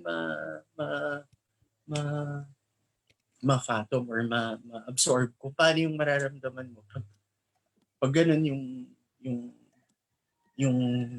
hinaharap mo na challenge ngayon. So kaya din yung nominee namin, siya yung napili namin talaga na i-nominate. Dahil tingin namin worthy siya sa recognition dahil siya yung pinakamasipag, isa sa mga pinakamasipag. Lahat naman masipag na yung konting community namin, lahat sila masipag. Anytime na mag-message, i-deliver yan kahit medyo malayo. So yun nga, kanina nabanggit na kahit malayo yan, i-deliver namin. Kayang-kaya ng mga riders yan. Pero isa si Jaco na kahit sobra yung bigat ng meron siyang mga going the extra mile going the extra mile si Jaco yun. So yung nawalan siya ng bike few weeks ago, hindi na rin siya makapag-deliver. So siguro yung recognition makakapagbigay din ng boost sa kanya na wag tayong tumigil magbisikleta pa rin tayo, i-promote pa rin natin yung pagbibisikleta dahil this is the way to go. Kahit nung pre-pandemic, I've been siguro advocate na mag-bike na lang sa mga nagbo-bike to work para mabawasan yung traffic, etc. Kasi dito sa lugar namin talagang bottleneck siya ng Pasig. From Cainta, from Antipolo, dito dadaan sa bridge na malapit sa amin. So kaya pinopromote namin yung pagbibisikleta sa city. Okay. And ano siya, si Jaco, kaisa namin siya dun sa advocacy na yun. So, syempre kung wala kang bike, hindi ka makakapag-bisikleta. Yung photo pala ni Jaco na yan, yung bike na yan ay sa kapatid ko. Kinuha niya lang para meron siyang maayos na photo for the nomination. So siya si Sebastian Terry Cantero and siya yung nominee namin. Yung story niya ay very unique sa kanya pero lahat ng stories naman ng aming mga couriers and cyclists dun sa aming community ay very much the same naman. Very much the same. Yun nga lang na sobrang gusto namin i-highlight si Jaco dahil sa mga unfortunate events na not to be like negative din naman pero yun nga harsh na yung times natin ngayon, may pandemic and may community quarantine, hindi masyadong restricted yung opportunities para makakumita and meron pang mangyayari na mga ganong challenges sa kanyang buhay. So siguro, yung echo nung aming online group naman na pinagmulan ng Padyak Padala PH ay help in ways that, in your own little way. So, ito yung own little way namin para matulungan yung isa't isa sa Padyak Padala PH. So, we're very small community. And thank you. Sorry kung lumampas. Maraming salamat. Maraming salamat. And thank you po pala sa opportunity na makapag-nominate din kami at makapag-salita in this platform of yours. Very much thankful po kami na sabi or magkwento ng storya dahil lahat po ng riders, lahat ng cyclists ay may sarili-sariling story. Maraming salamat po. Thank you, Lucan. Thank you. Of course, fingers crossed. Everyone from Rosario Pasig, kung kilala nyo si Sebastian Terry Cantero, karangalan na ma-feature namin siya and with your support and the judges also, who knows, posible siyempre na magwagi, no? Si Mr. Sebastian Cantero. Let's go next to Food Panda PH. Justin, Yes. ano yata kayo nominees? Yes. Well, I will be presenting the 5 nominees from Food Panda, and we'll start it off with Roque Ganache. So Roque Ganache, he is a father, and just to highlight so that everyone could share on time also. One of the highlights, because before I explain, the process of how it happened was I was the one who personally contacted them. And then it was very heartwarming for me to be able to get to know them better, to be able to, for them to share their stories to me. And it became a bit of a motivation and an inspiration to me to pursue giving more initiatives, creating more concepts and benefits for them, because that's what they deserve. So for the first nominee that we have, Roque Ganache, his heroic deed on the road was on one rainy night. That's a struggle for all the bikers, I am sure of that. He saw a cyclist who was caught in an accident. So according to him, hindi makatayo yung cyclist, and without doubt, even if he was on his shift, he was already on his shift nun eh. And even if he knows that his performance level would be affected, he didn't think twice but to help the cyclist who needed help. And for me, that sense of community that he was talking about, he was presenting to everyone, was very heartwarming, because they have that sense of love to each other. Even if you're from Grab, from Food Panda, from Angkas, you really see the presence of that community on the road, and it is very heartwarming for them na nagtutulungan talaga sila, most especially the ones in need. So that's a story for the first nominee. And then for the second one, niya, Justin? Roque Ganache. Okay. Yes. Okay. Thank you. Yes. And then for the second one, we have Christian Pagtakhan. So Christian Pagtakhan is 37 years old. He is a father of 2, and he was a former OFW. So he's been away for years.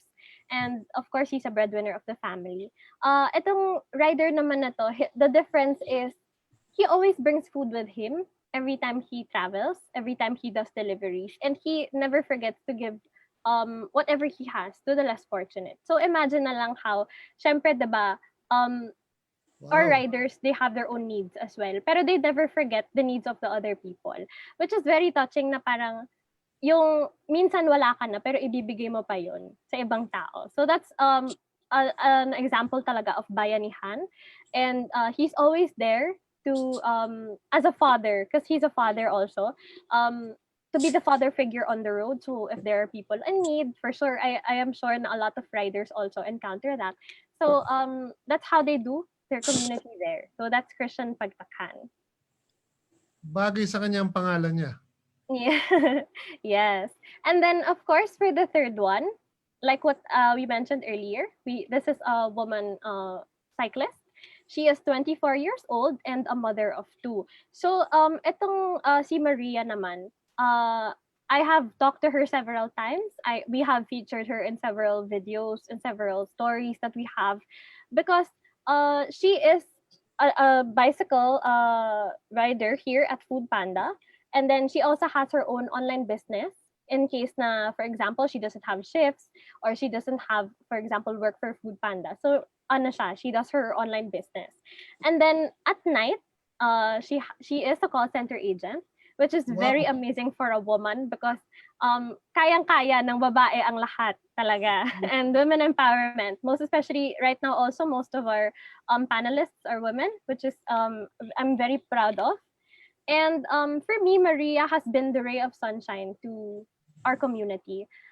So of course we have our own Facebook page, and it's not always a good day. So sometimes may makakakuha ng negative comments, negative feedback.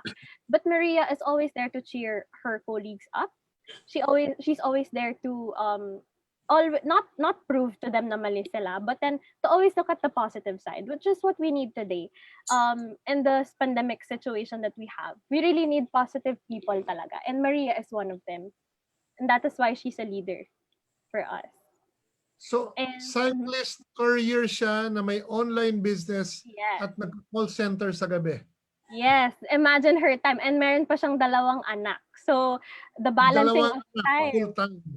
Well, yeah. So, I'm very proud of her talaga, and I wouldn't, kumbaga hindi ko papalampasin yung opportunity na to highlight her also, along with the other bikers that we have. Okay, viewers, take note. These are the examples that our young women should Mhm. look up to. No, the girls of this country. Wow. Yes. Okay. Very amazing. And then for the fourth one, we have Alfredo Locinario. So this one naman is siguro a representative of the youth in our fleet. So he is very young. He's only 19 years old, and he had to stop his school kasi due to syempre financial rin, and it's hard to do online classes now. Pero what amazed me with his story and how he answered me was when I asked him, bakit ka nag-Food Panda? And then he said, gusto ko kasing i-prove sa mga tao, lalo na sa mga kaedad ko, na hindi lang kami tambay. So he wants to prove to them that people his age is not just there to loiter around or to bum around the house. Even if he's the youngest son in their family, he provides. And it's very heartwarming for me seeing a very young man doing this and having this perspective already. And I can see and I can sense that there is really hope for the future. And he is one of them. So what an amazing, yes, a very appealing story and pleasing one. Definitely. Pag ikaw ay nagbibisikleta, hindi ka tambay. Yes, oo. And yung tiyaga niya talaga, as even if at his young age, ayun, very persevering na siya. And for the last one, we have Jonal Tomlod. He is 24 years old and a father of one. So siya naman yung may story na he lost his job because of the pandemic. And he applied as a Food Panda rider. And what amazed me is he shared his story na hindi po ako gaya ng ibang rider na pera lang yung gusto. He wants to really serve our customers well. He wants to serve the company well, all our vendors. And what caught my attention naman with him was similar to the previous biker that we had. So, may na-aksidente na cyclist. Hit by a car, nag-crush yung bicycle, and he was also on his way to deliver. But then he dropped everything and helped the guy to resolve the issues. Hindi siya umalis hanggat hindi okay yung cyclist na yon. And knowing na hindi taga Food Panda yung cyclist, it's very heartwarming kasi I'm so happy seeing that community again. I love repeating that they have that family on the road. And natutuwa lang ako how the unity is there despite their differences, despite their age, and they're always there willing to help anyone without having to think twice. So just to end siguro my nomination, I'd like to end with a statement. All of our Food Panda riders, or even all of the companies here in our panel right now, they are our heroes. Not just because they are frontliners ngayon dahil pandemic, pero kasi sinusugal nila yung buhay nila for us. For us is just to give food to our table, to serve the community well. And overall, yun yung naging answer kasi nila ng mga nominees na they're doing this not just to earn money, but they're doing this to serve their fellow Filipinos, which makes me very proud. So they are really our heroes. Thank you so much. Justin, maraming salamat. I'm going to ask Jeza to Thank go you. after, but let me just say I've seen more than 3 times, in particular, riders from Food Panda and Grab nagtutulungan. Hindi ko na nga alam kung who was helping Yeah. who. But that is a really, really tight community. They see each other on the road. I don't think they know one another, but they recognize when they're Yeah. couriers, when they're delivery people, ibang klaseng community na yan. They stop, they help, and they see to it that the other rider is able to work or go home safely. Medyo matinding paggalang na napakarami sa kanila. Thanks, Justin. Thank you so much. Jeza. Ray. Yeah, thank you. Jeza, over to you. Sino-sino sila? Yes, sir. First, we have Bert. This is the top 3 writers. And first, we have Bert Ariola. And Bert Ariola is the pinaka-pioneer po sa Gopher. And then, he's our company rider. One of the first batch po na rider namin. And we invited him to do a delivery with us. Para din po masanay din siya mag-bike kasi more on travel lang po on car. And he's not biking din po. So, tinuruan na rin din po namin siya mag-bike. But he likes biking naman po ever since he was a child. And Bert Ariola, we called him Kuya Bert. He's 44 years old, married, and a father of 2 po. Actually, si Kuya Bert kasi, hindi, gagawin niya yung lahat para sa family niya. So, kaya tinanggap niya rin po yung pagbibisikleta in despite of his age na rin po. And then, nagsa-sideline po siya for additional income sa office namin. He sell food, yung mga longganisa, bangus, chicharon, at iba pa po. Also, he offers us to cook na rin kasi ganun po siya ka-dedicated to earn. Also, Bert, he was awarded Gopher Rider of the Year po last 2019. Okay. Next a rider, Wendell Miranda. Si Kuya Wenz, he's from Antipolo. Same age with Bert, 44 years old, and married and a father of 3 po. He started actually to ride a bike in Gopher. And isa po siya sa aming company driver din po. And he's fun and he likes to do something na yung makabago po, like TikTok with his wife. Yun. And then, ang nakakatuwa po kasi dito, ang mga riders namin medyo heartwarming din po. And then, during the pandemic, he actually donated food and groceries sa lugar nila from his income po. And most of our clients, he's the one there requested kasi trustworthy daw po, ganyan po. And fast and reliable. All of our riders naman po. Next is Carlo, our gopher rider. He's the youngest rider we have. Carlo Calios, or we call him Carlo. He's 24 and single.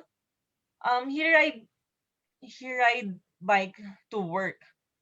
And during the pandemic kasi, he contacted me and then he told me that his bike was robbed at his place.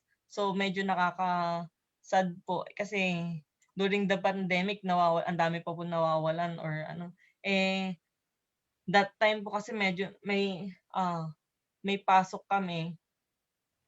They're telling us na paano na siya makakapasok. He just using his bike to work po. Ganyan. Oo. And also, he's the breadwinner. He's the breadwinner of their family po. Okay. That's all Okay. for Gopher. Anything, sir? Jessa, maraming salamat. Si Kuya Bert, si Kuya Wenz, saka si Carlo. Carlo. Yes, sir. Okay. Carlo Calios. So, mga viewers natin, huwag niyong kalilimutan mga pangalan nila, mga mukha nila, because they actually are the people who matter. Rachel, Grab Philippines naman po. Sino ang mga nominees natin? Okay. So we have 3 nominees po. If you could go po to the next slide, please. Okay, so the first one is Sir Ernest Mediana. So si Sir Ernest actually went viral on social media. So an eater recognized him as an old parang delivery partner who sent her an order from somewhere else. So from Antipolo, and then nakita po ulit siya in Makati. Nakita siya ulit in San Juan. So this is an example of why we open cyclists or being a bicycle rider up to the whole of Metro Manila. Clearly, kayang-kaya po nila. So he's one of the top-rated delivery partners of Grab Food. He has a 5-star rating. Sipag and tiyaga po talaga would really describe Sir Ernest. So he worked his way through school. He worked as a porter in Divisoria also to support himself.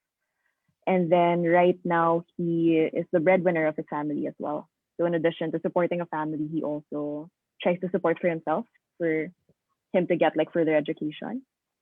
And then so some for riders have certain areas that they like to ride in. For Sir Ernest, something unique about him is he really goes far and wide to try to find as many trips as he can. He goes all around Metro Manila, very hardworking, very selfless, very tireless.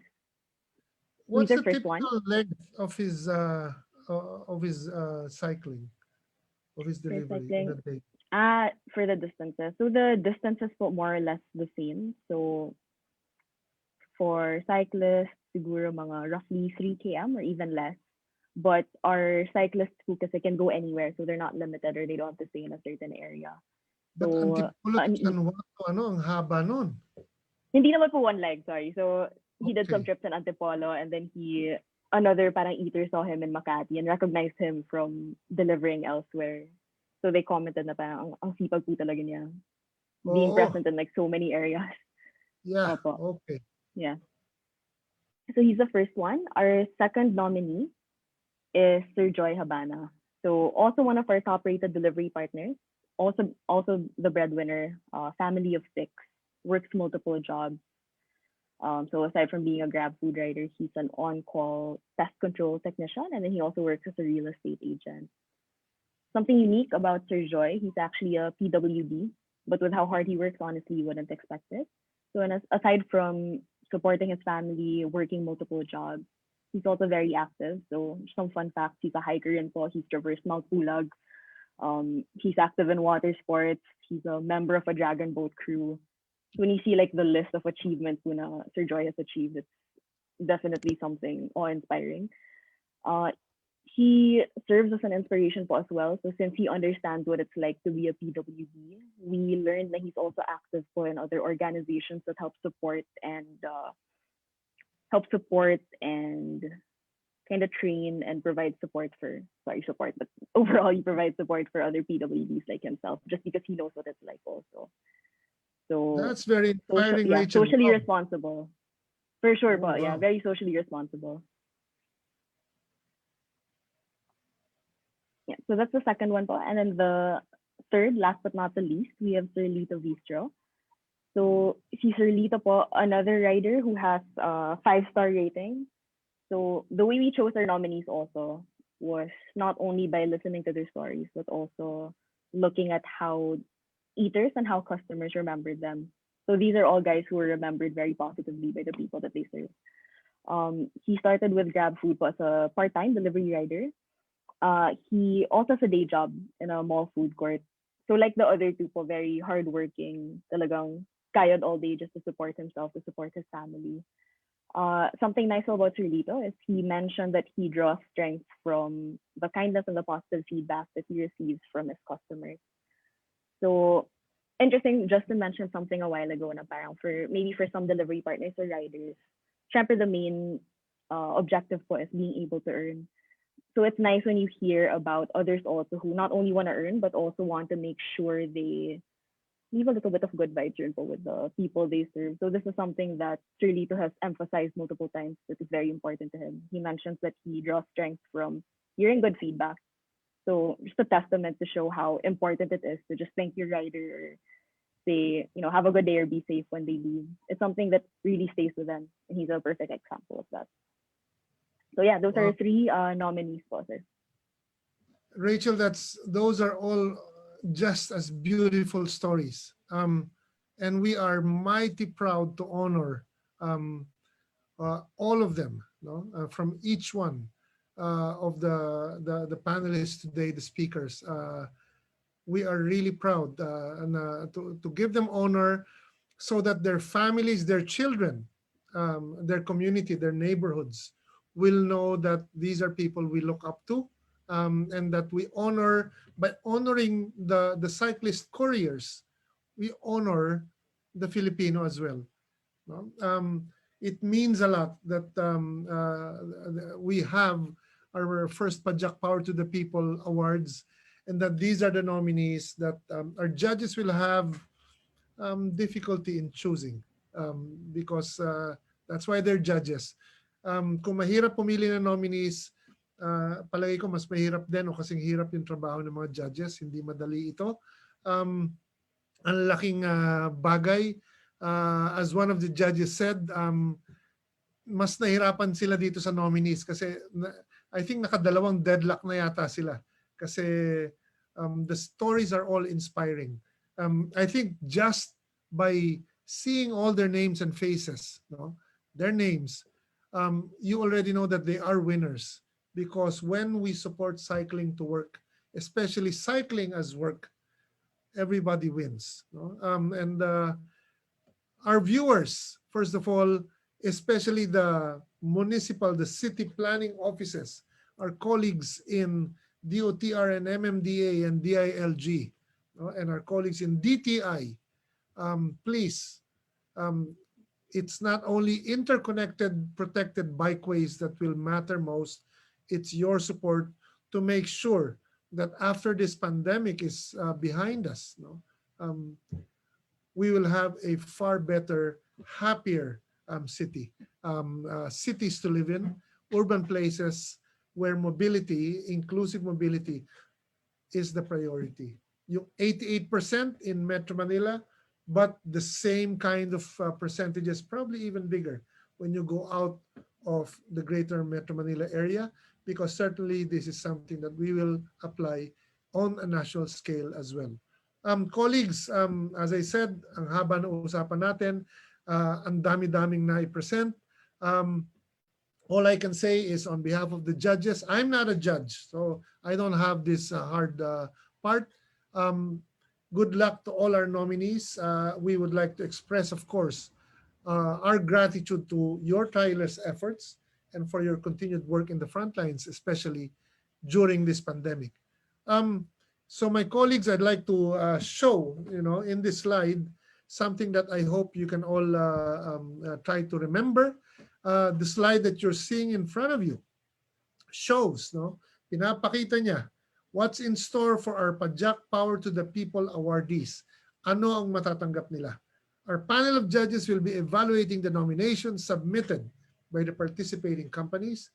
The top 3 will be announced as winners and will receive the following prizes: Mobility Awards special jersey for each of them, and a cash prize worth 5,000 pesos for third place. 5,000 piso po pag naka third place kayo.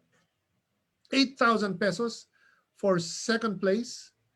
And for the first place, we will have 10,000 pesos for the first place winner.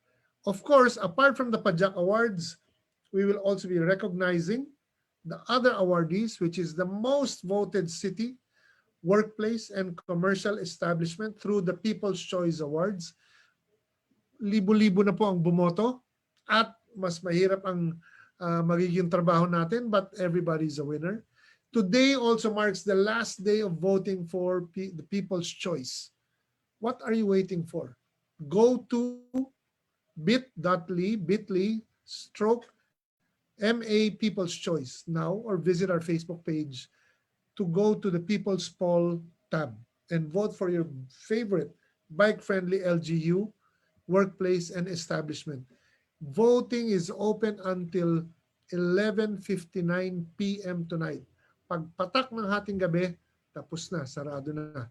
Of course, winners for the Mobility Awards will be announced this Thursday, October 29. Please join us from 10 a.m. to 12 noon. Stay tuned on our Facebook page for more updates. Pagka-announce natin ng mga awardees, of course, hindi matatapos doon dahil nasa gitna pa rin tayo ng pandemya. Nag-iingat po tayo. So even as we announce the delivery, kami naman po magdi-deliver ng mga awards and prizes to each of the winners. Hindi po kayo magpipick up nito, no? Kami magdi-deliver, and of course, in the next few days, over the next few weeks, we will showcase who the winners are and our delivery of their prizes, whether it's a local government, workplace, or business establishment, or any of our Pajak Power to the People Award nominees. Don't forget, because of the ones that have donated gifts for our prizes, we do have 3 sacks of rice to give away as well. And that's most welcome. Salamat po ulit, Mr. Rolly Cruz, for your act of citizenship and generosity. And on top of the individual gifts also are the gifts from our good friends at the Dutch Embassy. We are in a spirit of giving. Wala pa hong Pasko pagkat ito ang pagreregalo na may kasamang pagpupugay. So wag niyo po kalilimutan, up to 11:59 ngayong gabi. And then on Thursday, October 29, 10 to 12, stay tuned. Okay. May mga ilang katanungan pa siguro na natitira. Baka meron, paki-flash lang po. May isang tanong dito, posible po ba makontak sila para masigurong sila magsaservice sa amin para rin masuportahan namin silang lahat? A very quick question, is it possible to request specific riders or cyclists from any of the companies? Anyone please, just jump in. Taas nyo lang kamay nyo so I can see you, or just speak into your mic. Posible ba yun na Maybe for Food Panda, Yeah. and maybe likewise with Grab, we don't allow our customers to pick specific riders. It would be assigned Okay. depending on their location and also Okay. depending on the area they're serving.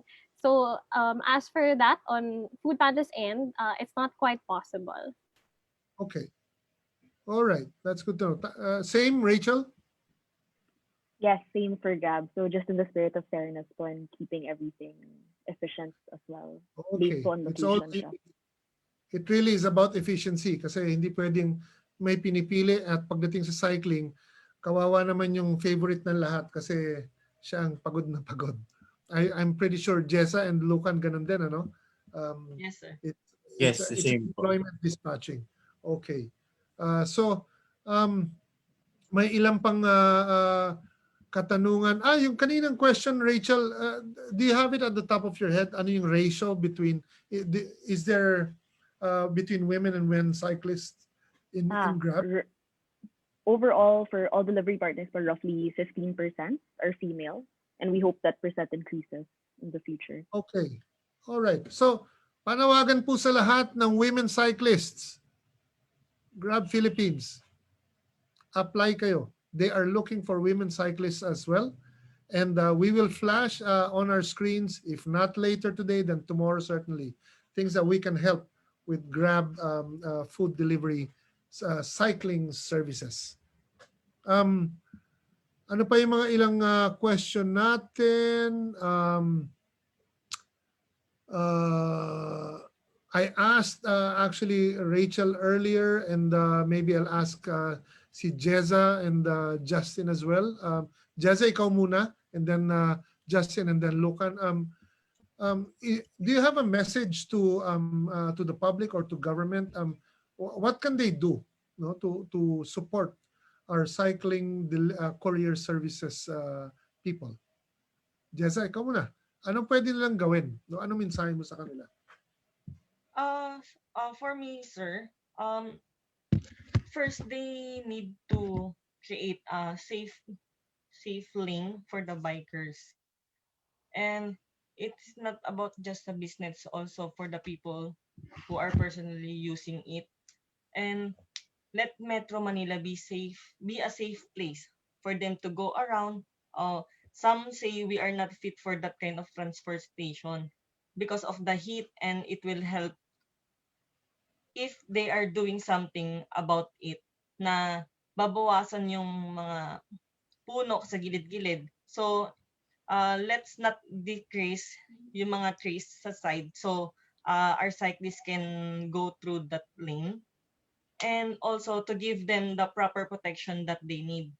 We must build them a way of their own and not just a part of the road with artificial barriers.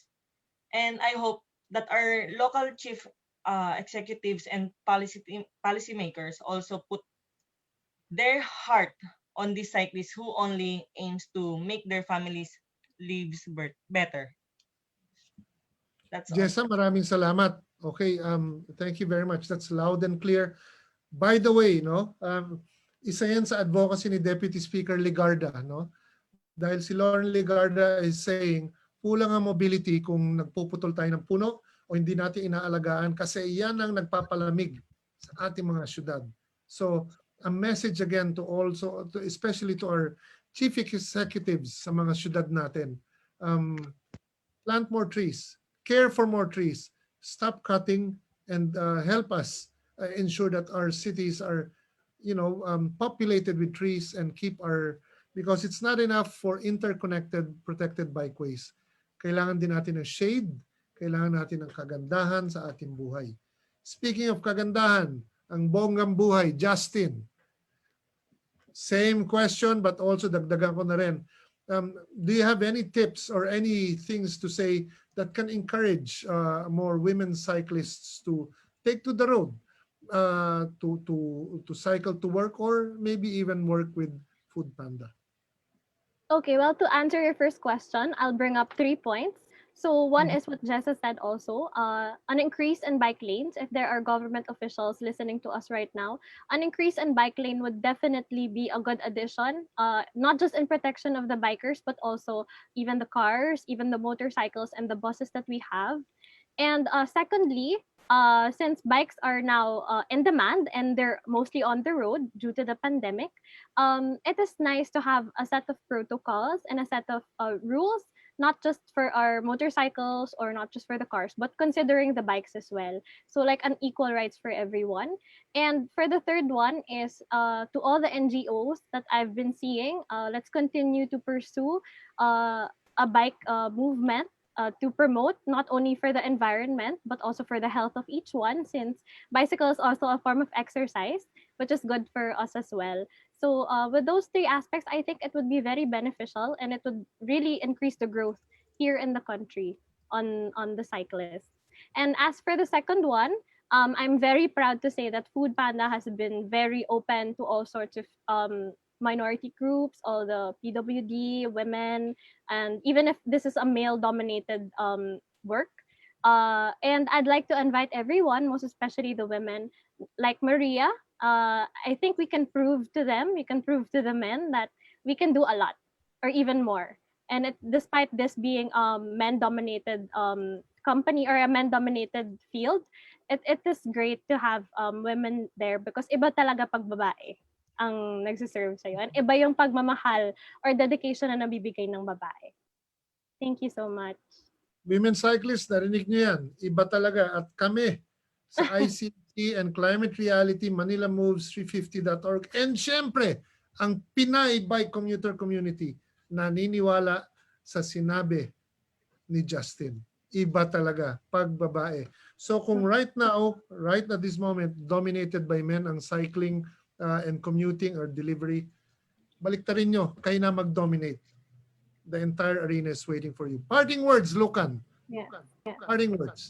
Thank you. First of all, kung message to the public is, first I would like to commend our city government, Pasig City, for supporting and providing the platform for bikers here in Pasig. Although it is not really that good right now. Although what I mean to say is we still have to see if the government is going to sustain the support and the infrastructure, because I think that is the most important right now, because there are so many people, so many Filipinos, women and men, especially women, that wants to bike or bike to work, work in using a bicycle, but they are really held back by the dangers of the road, especially here in the cities. So I think infrastructure should be the top priority if we want to build a better biking community, bikers community, cycling community. So it's better, of course. I think it will be the future, or it is the future. I think the biking is the future. So we need to explore our new horizons. So maybe we should tilt it more to the biking infrastructures, bikers education, and also I would like to shout out. I would like to commend all the groups that I've been seeing all around online. Pajak Exploration, Grimet Inc., Cycling Matters, and for providing the education, because aside from infrastructures, we need the bikers education, sustained bikers education, because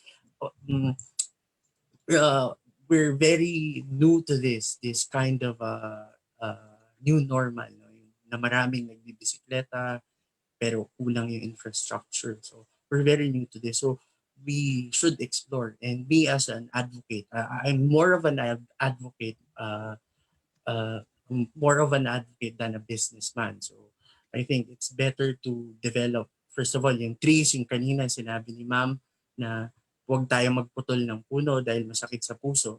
And lastly, advocate biking. Yun po yung talagang thrust ng Pajak Padala. Kung meron siyang thrust talaga, aside from the service that it provides, we should advocate biking. Not only because it will save us, or it's the future, but it's better for all. Sabi nga po ni Sir Red na lahat po ay panalo pag tayo ay nagbibisikleta. So, gain pa lang po, lahat po tayo dito na nasa platform ng Mobility Awards. I think we are all winners because we chose to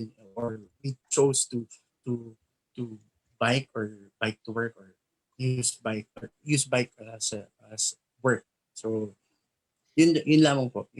Maraming salamat po sa opportunity na makapag-share ng aming ideas. And maraming salamat din, Lucan. As usual, we ran out of time. As I expected, kulang ang 2 oras. I have so much to ask, but hindi natin pwedeng kunin, i-monopolize ang panahon nila. Busy si Jeza, si Rachel, you, Lucan, and Justin, mga busy kayo. Ang request lang sa akin, pinapaalala, after we close this, wag po muna ninyong i-turn off yung video. Magkokodakan po muna tayo para meron tayong souvenir. Tapos syempre mga pagbate kay Haramia na kilala natin sa ibang pangalan. Yes, tama ka Jessa, puso ang kailangan, protected bike lanes now. From Argilin P. Magno, Gopher, tatlong palakpak. Zek, EM, GoGo Food Panda, and from Jane, yan ang Grab na kilala namin. Okay. You know, nung isang linggo, kausap namin si Mayor Vico ng Pasig at anong sabi niya? If you fear that we will go back to our bad habits after the pandemic, that is on us. We have to demand more, sabi ni Mayor Vico. And it's not often that you get a chief executive who tells us what we really need to do. Demand better, demand more, and demand inclusive active mobility as a priority.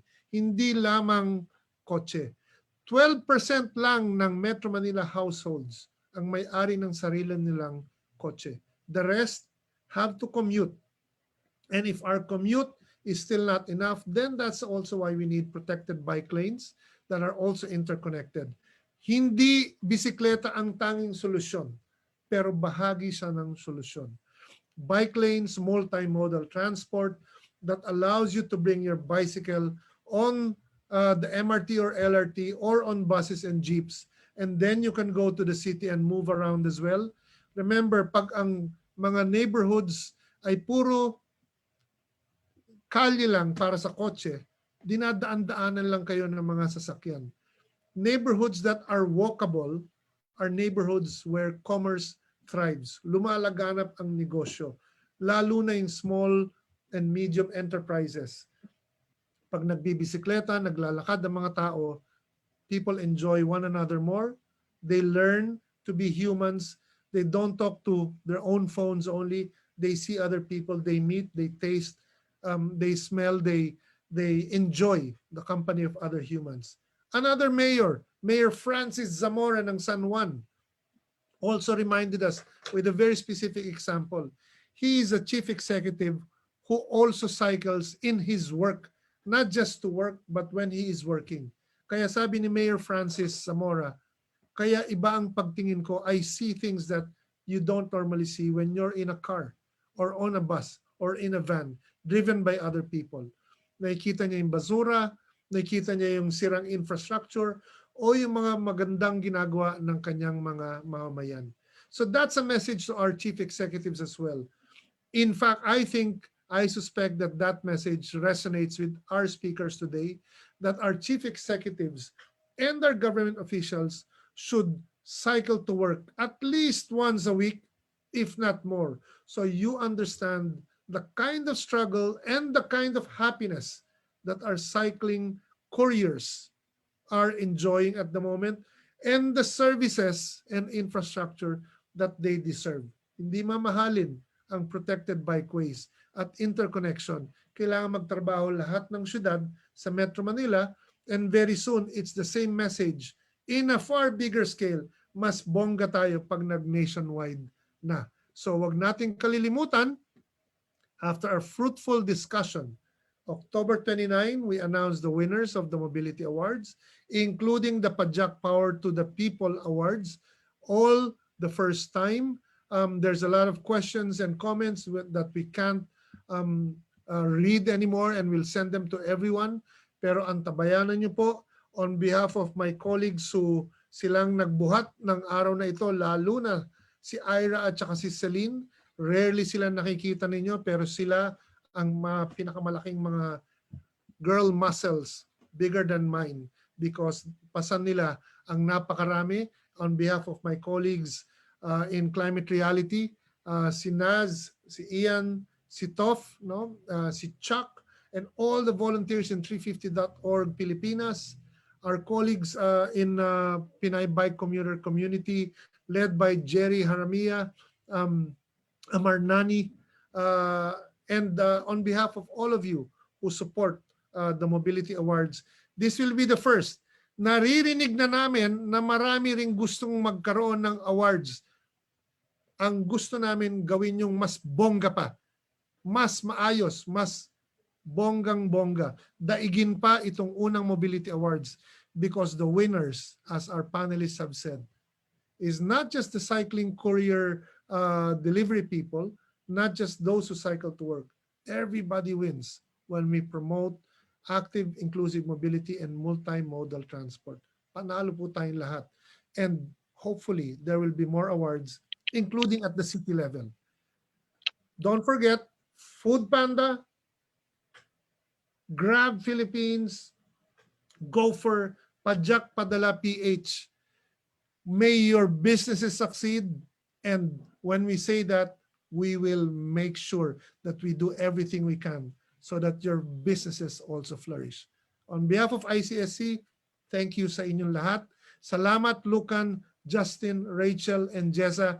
Hindi po ito yung huli sapagkat we will bug you after this, maybe in the next few days, so that we can find out more ways that we can help your business and we can draw other businesses to your businesses. Kasi magpa-flourish lang inyong negosyo kung alam ng mga tao kung paano.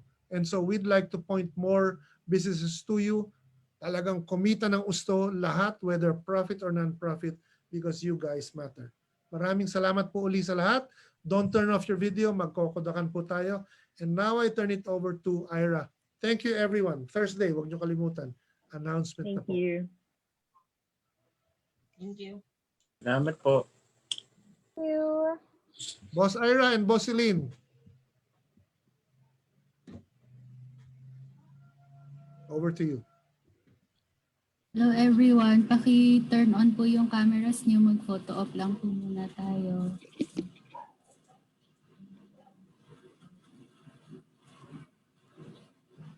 Si AC kailangan humiti. Ayun. Ayun, smile po.